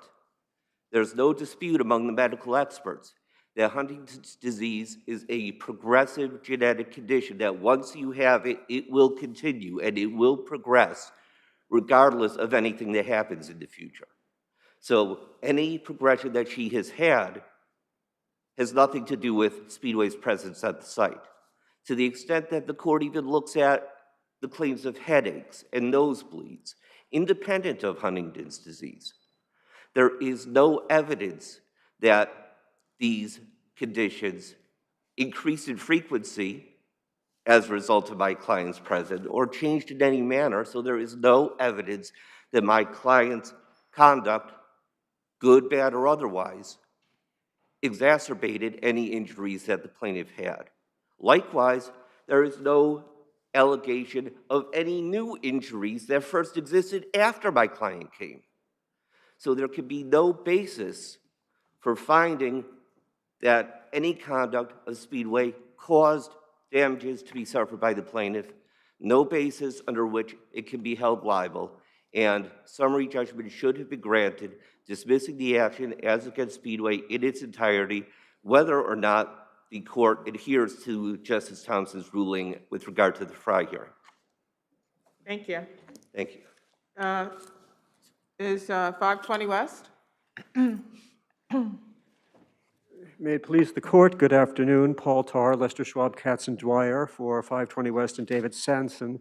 Counsel for Con Ed and Speedway have have pretty much covered the ground I intended to cover in my short argument.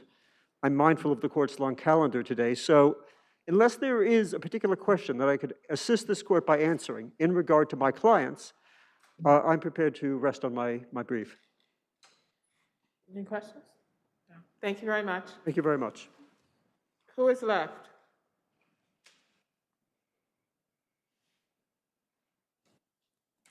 Are you the Sampson defendants?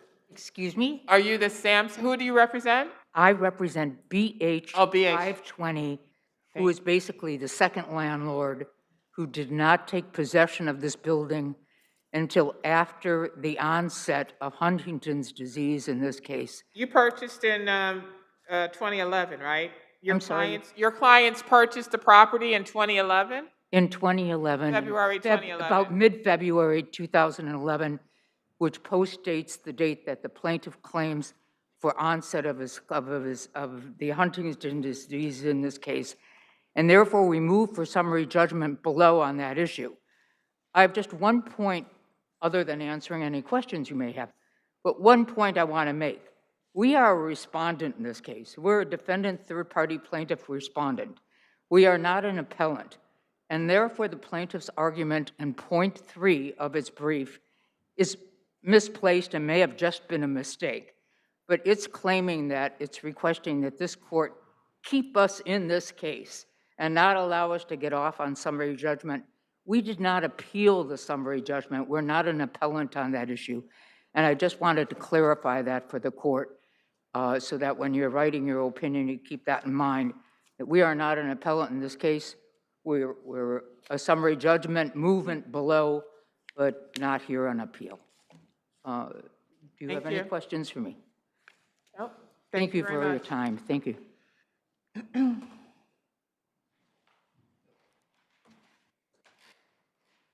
He has time on rebuttal. Judge, I did not. Oh, you did not? Okay, fine. Thank you. Thank you all very much.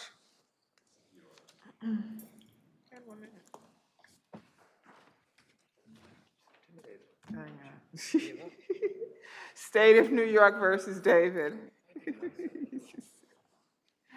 You stop. Ah, I think he lost his juice. yeah. Too bad.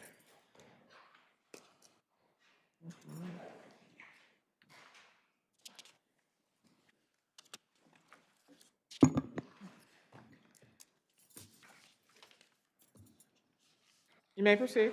Okay. May it please the court, I'm Diane Temkin for Appellant David D. Concerning the detained sex offender issue, this is a unique case in that David D's one sex offense sentence ended in 2005, 2 years before the enactment of SOMTA, the statute here, which was enacted in 2007. And SOMTA also amended other portions of criminal statutes that would make this scenario less likely to occur for others, such as now there is a mandatory 5-year period of post-release supervision for any sex offense conviction. So a sex offender who commits a non-sex offense crime, non-sex offense while out on parole for a sex offense or PRS would still owe time upon being released from prison and would meet the definition of detained sex offender. And we maintain that David D. did not meet that definition in the statute, and so the petition should have been dismissed. So I have actually 2 questions in terms of what the evidence or the testimony at trial was. Was there evidence at trial that he had stated to the housekeeper, I want you?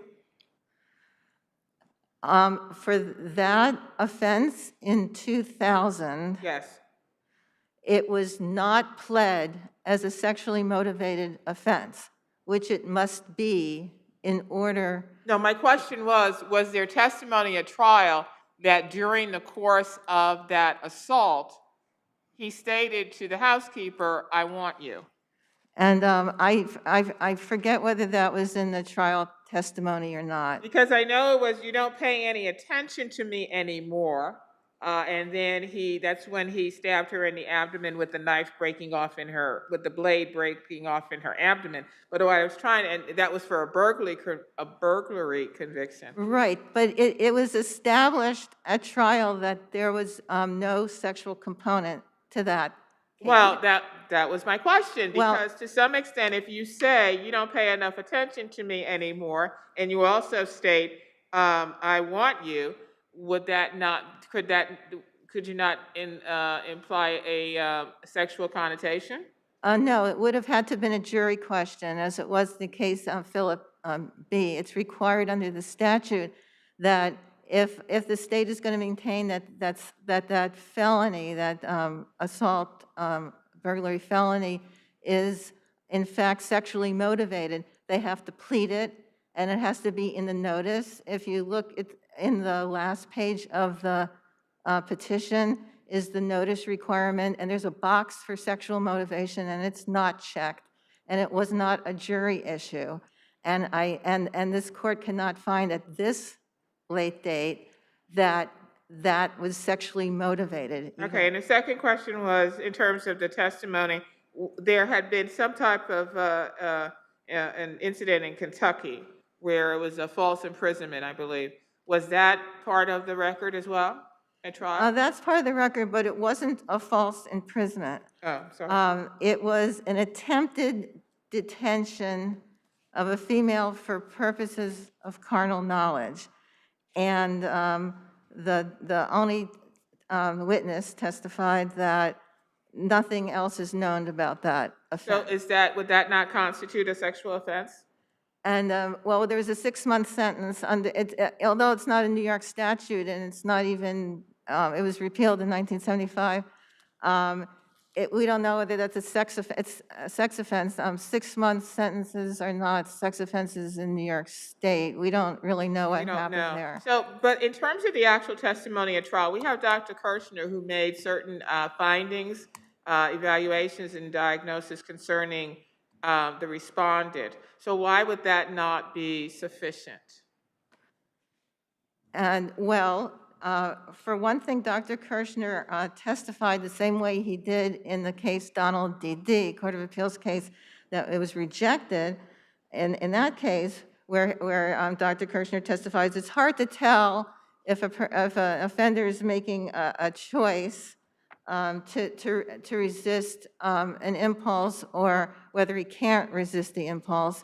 And in Donald D.D., or the Kenneth T. portion of that, that was rejected on the serious difficulty prong, and he testified exactly the same way. But Well, Donald D.D., that was ASPD. They said the ASPD can establishes only a general tendency towards criminality, right? Right, but the way Dr. Kirshner testified here, whenever he says that there's a predisposition to commit sexual offenses, he said, or any other offense, he's liable to commit any offenses. So if you have a general tendency to commit any offense, including sexual offenses, that's really a general tendency to But commit at some point in offenses. time, he talked about sexual offenses, and he stated towards females, Dr. Kirshner. Well, the facts don't support that he specifically, that David D. specifically targets females. Well, all of the victims were females. No, that's not true. Oh. His rap sheet has about 20 convictions, and the ones that Dr. Kirshner testified to, that there was a 1968 assault, 1969 drug possession, 1969 grand larceny, unauthorized vehicle use, assault in 1975, disorderly conduct, But the two ones that he federal talked bank about in robberies. terms of the attempted murder, in terms of the assault, in terms of the burglary, the 14-year-old child, the housekeeper, the 21-year-old, the housekeeper was a 21-year-old female. Those instances were all females, were they not? Well, those were two instances, one sex crime and one non-sex crime. It was established that that was not a sexual crime. And then there's 20 instances where they're not females. So the testimony that he specifically targets females is not supported by the facts in the case. And he has a very long rap sheet of very many crimes, and that's why what was only proven here was that he's a dangerous but typical recidivist convicted in an ordinary criminal case, and he has a general tendency to commit crimes, which is not legally sufficient. Thank you.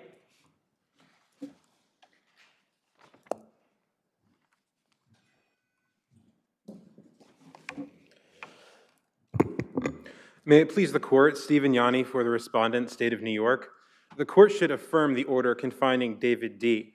To begin, David D. was a detained sex offender at the time this proceeding commenced. But we only have one sex offense. And I recognize, I don't want to in any way minimize it. I mean, it was very serious. But that's the only sex offense that we have. Well, Your Honor, there was the sex offense in 1967, but setting that aside, you're correct that the basis for the order of commitment here were the 1980 sex offense and then the 2000 assault and robbery. And our contention is that the 2000 offenses were related offenses under the statute. And for that, we point the court to the Second Department's decisions in Robert F. and Claude McC, which both parties agree reached the correct result. And there, the Second Department held that the statute's reference to related offenses when defining the term detained sex offender captures a non-sex offense that is committed while the respondent is serving a sentence for a sex offense. And here, David D. committed the robbery and assault that are the basis for his current sentence while he was on parole for a sex offense. And as a practical matter, the state filed the Article 10 petition in this case at the earliest possible time it could have, when David D. was about to be released from custody after completing a term of prison that included the balance of his time for the sex offense. Counsel, I have a question. Can you discuss how the state established a link between the respondent's mental disorders and the inability to control sexual behavior? Yes, Your Honor. So David D. was diagnosed with 5 different disorders that together the state's expert concluded made him a, quote, antisocial narcissistic psychopath. Now, courts have found that the diagnoses here are legally sufficient to support a finding of mental abnormality, and as Dr. Kirshner explained, they predisposed David D. to target females for sexual assault and various serious injury and put him at extremely high risk of sexually reoffending. Now, specifically, Dr. Kirshner testified that criminal versatility, for example, is a feature of the psychopathy that he diagnosed David D. with. And he said that that predisposes David D. to commit sex offenses and non-sex offenses alike. He also explained that narcissistic personality disorder is consistent with David D.'s use of others for his own sexual gratification, and that David D. is impulsive, lacks empathy and remorse, and this has led him to believe that he's not a sex offender at all, in fact. And it's our contention that there's nothing in the statute that requires David D.'s conditions to predispose him to commit only sex offenses. For example, the fact that David D. violently assaulted a woman in 2000 when he stabbed her in the abdomen doesn't mean he is not also predisposed to commit sex offenses. Well, that's true, but the statute requires that in addition to the showing of mental, the disease or condition, I'm sorry, it has to be that disease or condition results in the person having a serious difficulty in controlling their sexual urges. And isn't that ultimately the reason why this passes substantive due process tests before the Supreme Court in Kansas versus Crane? So that linkage, as Judge Kennedy mentioned, is critical here, and you had to show that by clear and convincing evidence. Yes, you're absolutely correct, Your Honor. And Dr. Kirshner also established that David D. has serious difficulty controlling his sex offending. And on that point, he testified that David D. has refused sex offender treatment for nearly 40 years and has no relapse prevention plan, which is a factor that courts have considered important when considering whether there's a serious difficulty. And although he enrolled in 2017, he's made minimal or no progress and has in fact stated that he's not a sex offender and that he wouldn't benefit from treatment. And this shows that he remains dangerous today and continues to have these same cognitive distortions. And in fact, we know that David D. can't control his behavior because when he was first released on parole, he immediately associated with a 12-year-old girl 3 days later. And the second time he was released from parole, 5 months later. But you're not suggesting that that incident with his niece was sexually related, are you? Because all we know is that he was holding her hand, which sounds kind of creepy, but nothing. Well, it was a condition. Violation.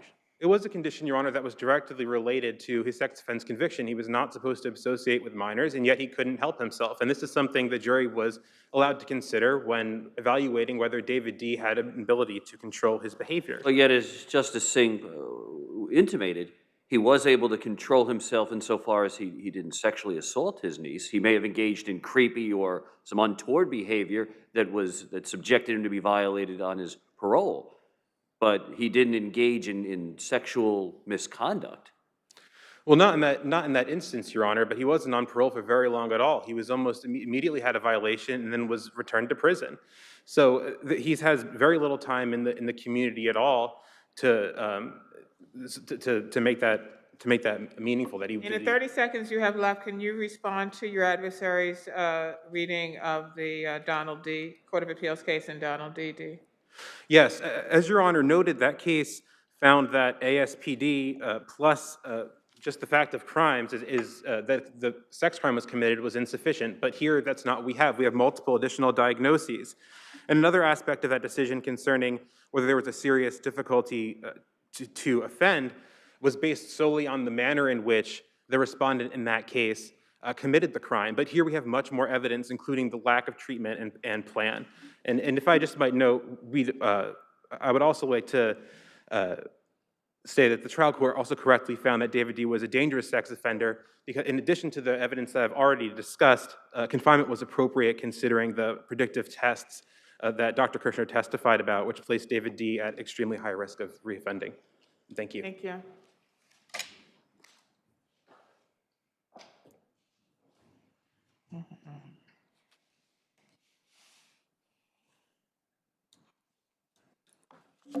Sorry. At a minimum, this court must find that David D. required cyst and not confinement. Because under Michael M., there has to be a distinction between offenders who have difficulty controlling their sexual behavior, that's for outpatient cyst, and those who are unable. How do we make that control. determination, given his inconsistency in terms of the sex offender treatment programs, his refusal to attend the programs,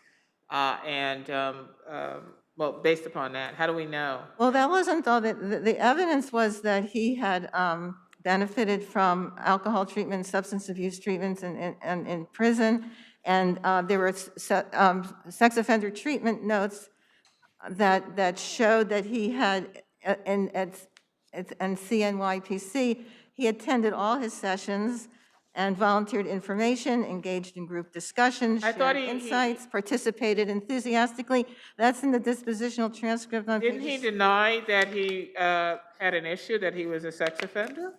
He's always denied that sex offense, but So even the case where he actually raped the young woman, he denied that that was a sex offense, right? no, he denied that he did it. He didn't deny that it's a sex offense. But the fact that lots of offenders deny their offenses. It was a jury trial. It was a plea, and that doesn't mean that the person hasn't benefited from sex offender treatment. I thought he made some statement about, I didn't know that I heard her, or I only heard her, or something of that nature. Well, no one's suggesting that he's a good person, but No. You're saying that he denied the crime itself. I thought that he recognized that he admitted committing a crime towards her, but that he stated that he thought he didn't mean to hurt her, or he thought that he only hurt her. I thought that's what his statement was. And I think he's made a lot of inconsistent statements, but my reading of the record is that he's always denied that he committed it. But on the other hand, he hasn't had any sexual misconduct since that offense. That's 1980. He was out twice, in 1997 and 2000. He did not commit sex offenses then. I think Dr. Kirshner said that's not dispositive because he's in a men's prison and he is not subject to the triggers that he possibly would be subject to if he were out in the community. Well, in Jesus H., which this court decided that sex offender assaulted a female corrections officer. So there are females in prison. So that's not true that his triggers aren't in prison. And in any event, he would still, if he was out for whatever reason, he would still be on PRS until November 2024. But the state did not even argue in their brief that he met the requirements under Michael M. and the statute, that he had an inability to control his sex offending conduct. Thank you. Fisher versus Heyman.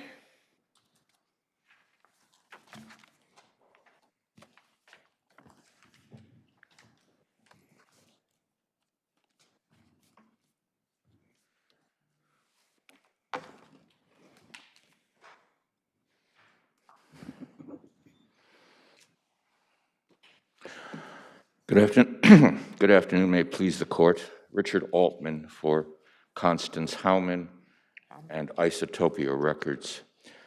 Constance Howman was an opera singer and is now a funk rock musician.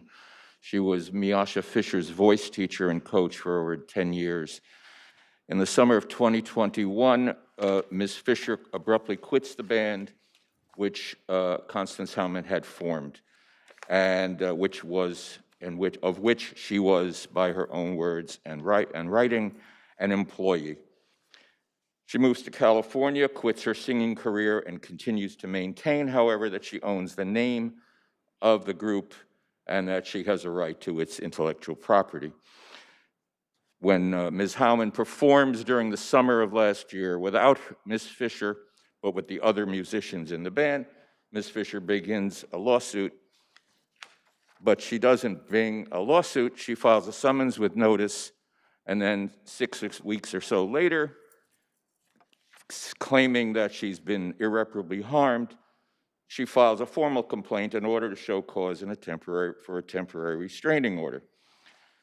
When Ms. Howman finds out about this, she calls a lawyer that she knows. The lawyer says, "I know someone at Moses and Singer. Let me call and find out what's going on." The lawyer calls, comes back and says, "I spoke with the lawyer. They said, don't worry, this is nothing. You should just go and sing." 2 days later, the judge signs a temporary restraining order.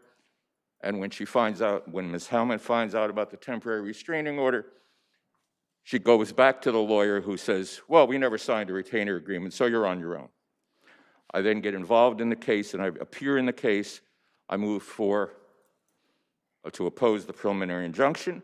I move to disqualify the law firm because the law firm, for 4 years actually, had represented all the parties. Well, that's the, go ahead. So, I'm sorry? what proof is there that there's an attorney-client relationship between Moses and Singer and the defendants? The emails between the parties, the fact that they negotiated with record deals and negotiated for performances on behalf of all parties, and the emails between them. Do we have a retainer agreement? There was no retainer agreement. I thought there was a retainer agreement between counsel and plaintiff. There is a retainer agreement which is not signed. So I don't know, is that valid? Was it executed in 2017?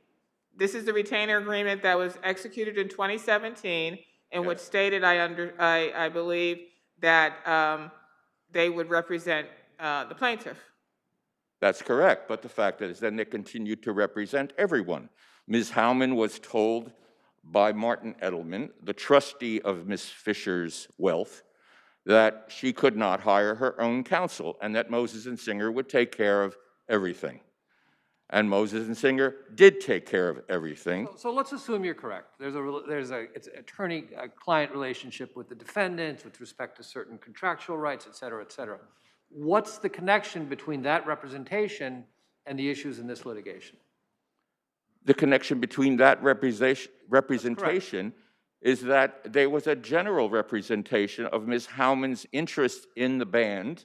Again, without a retainer. Activities with the band. I'm sorry, Mr. And Altman. now, Mr. Altman, Mr. Altman, I'm how sorry. do you get to that point without a retainer agreement to say it was a general representation? Earlier in your presentation, you start off by saying it's with respect to contractual negotiations, et cetera. Nothing to do with the issues in this lawsuit. nothing what? A big To do with the issues in this lawsuit. The issues in this lawsuit are how the money was spent on the band, how the money was spent on recordings, and who owns the rights to the name. Now, Ms. Howman formed the band.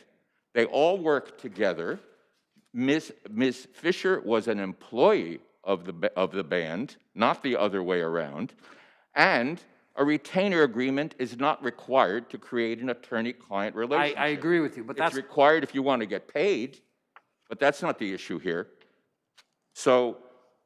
Who paid for counsel's services? I beg your pardon? Who paid for counsel's services? Which counsel? Moses and Singer. Martin Edelman, the trustee, presumably paid Moses and Singer's bills, and presumably is paying them today. On behalf of the plaintiff, correct? But the services were performed for all of them.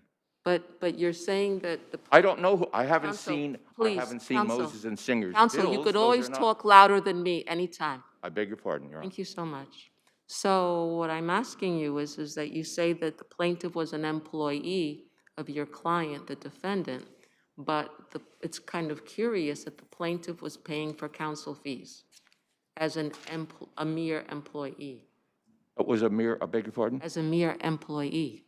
I didn't say that she received them as an employee. I'm saying that the fees for everyone were paid by Martin Edelman, the trustee. He was the one with the checkbook. Now, who paid what when? There's no indication of that in the record. Thank you. So, You have time on rebuttal. It's okay.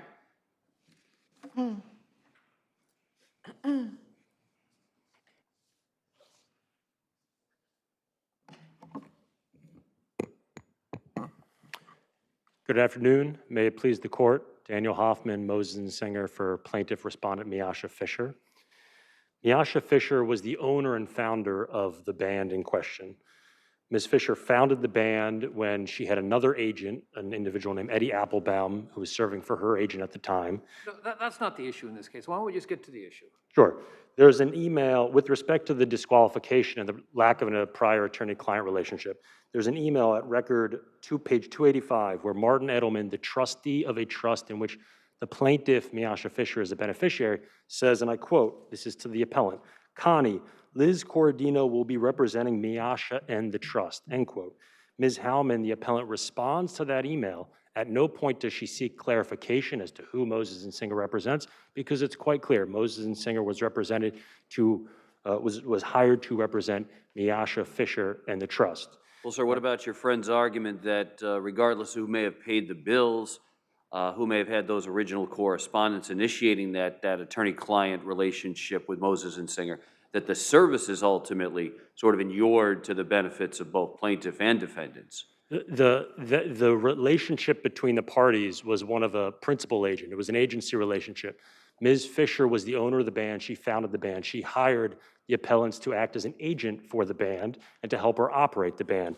As the appellant acknowledges in her affidavit, she was paid a monthly fee, a sizable monthly fee, to provide numerous services as an agent, a manager. She wore many hats, but she was a service provider. That was the relationship. So to the extent Moses and Singer, during the course of its representation of Miasha Fisher, communicated with the appellants, it was solely for the purpose of furthering its representation of Fisher, and the appellant's communications were also in their role as a service provider, an agent for Miasha Fisher. Counsel, your adversary says that the plaintiff was a defendant's employee.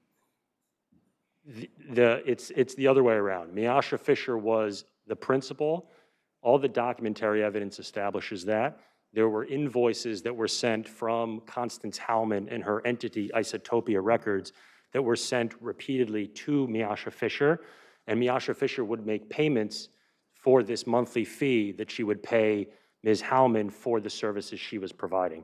So the second point is, with respect to the services that Moses Singer provided to the band, let's say, how does that relate to the services, the litigation services Moses and Singer is now providing the plaintiff? So that would be with respect to the second prong of the disqualification. Even if there was an attorney-client relationship previously, which there was not, even if there was, there is no substantial relationship. The issues in the prior relationship, the prior representation between Moses and Singer or Fisher related to individual one-off contract negotiations with third parties. This is for touring, this is for music performance purposes.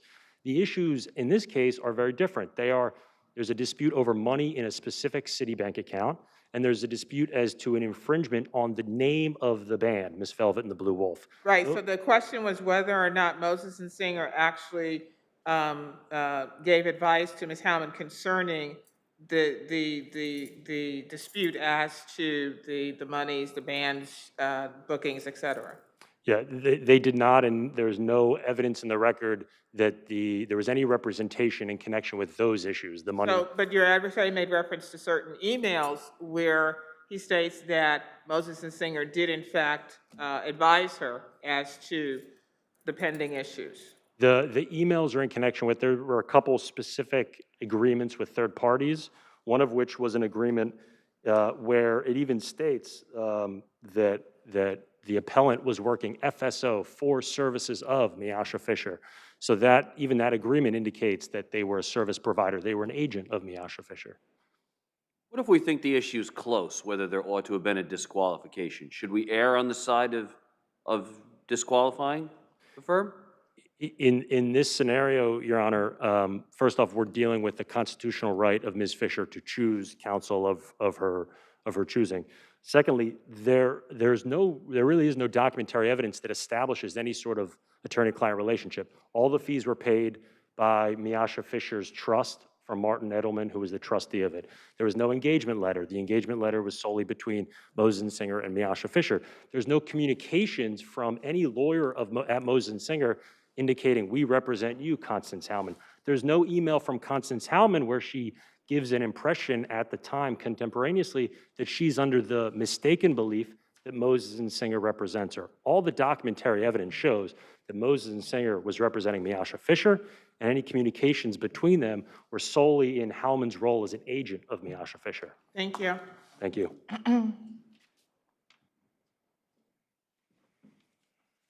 First of all, the case law makes it very clear that if there's any question about this, that the court should err in the favor of disqualification. There's no constitutional right to any particular lawyer.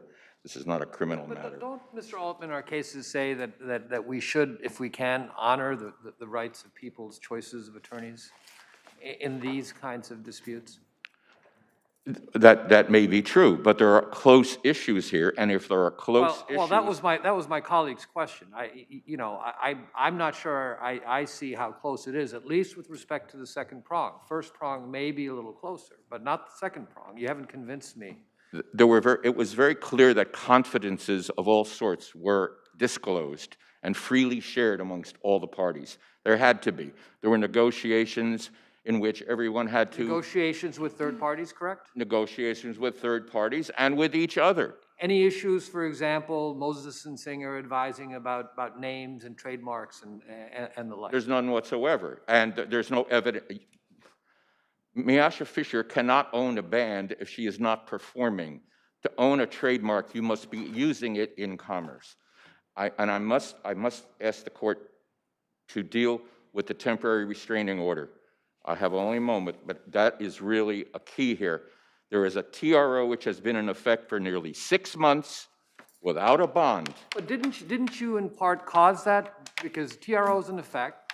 Rather than litigating that issue, you decided to move for disqualification. So isn't that I moved for disqualification, and I moved to oppose the preliminary injunction motion.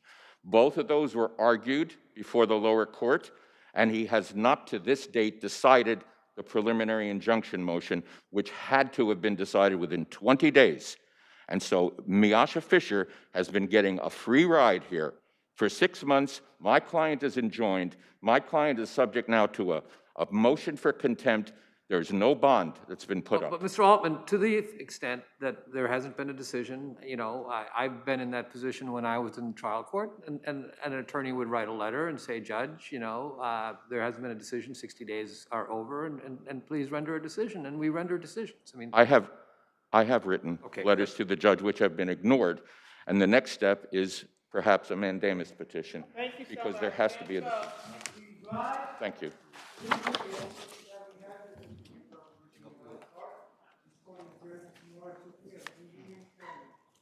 Thank you.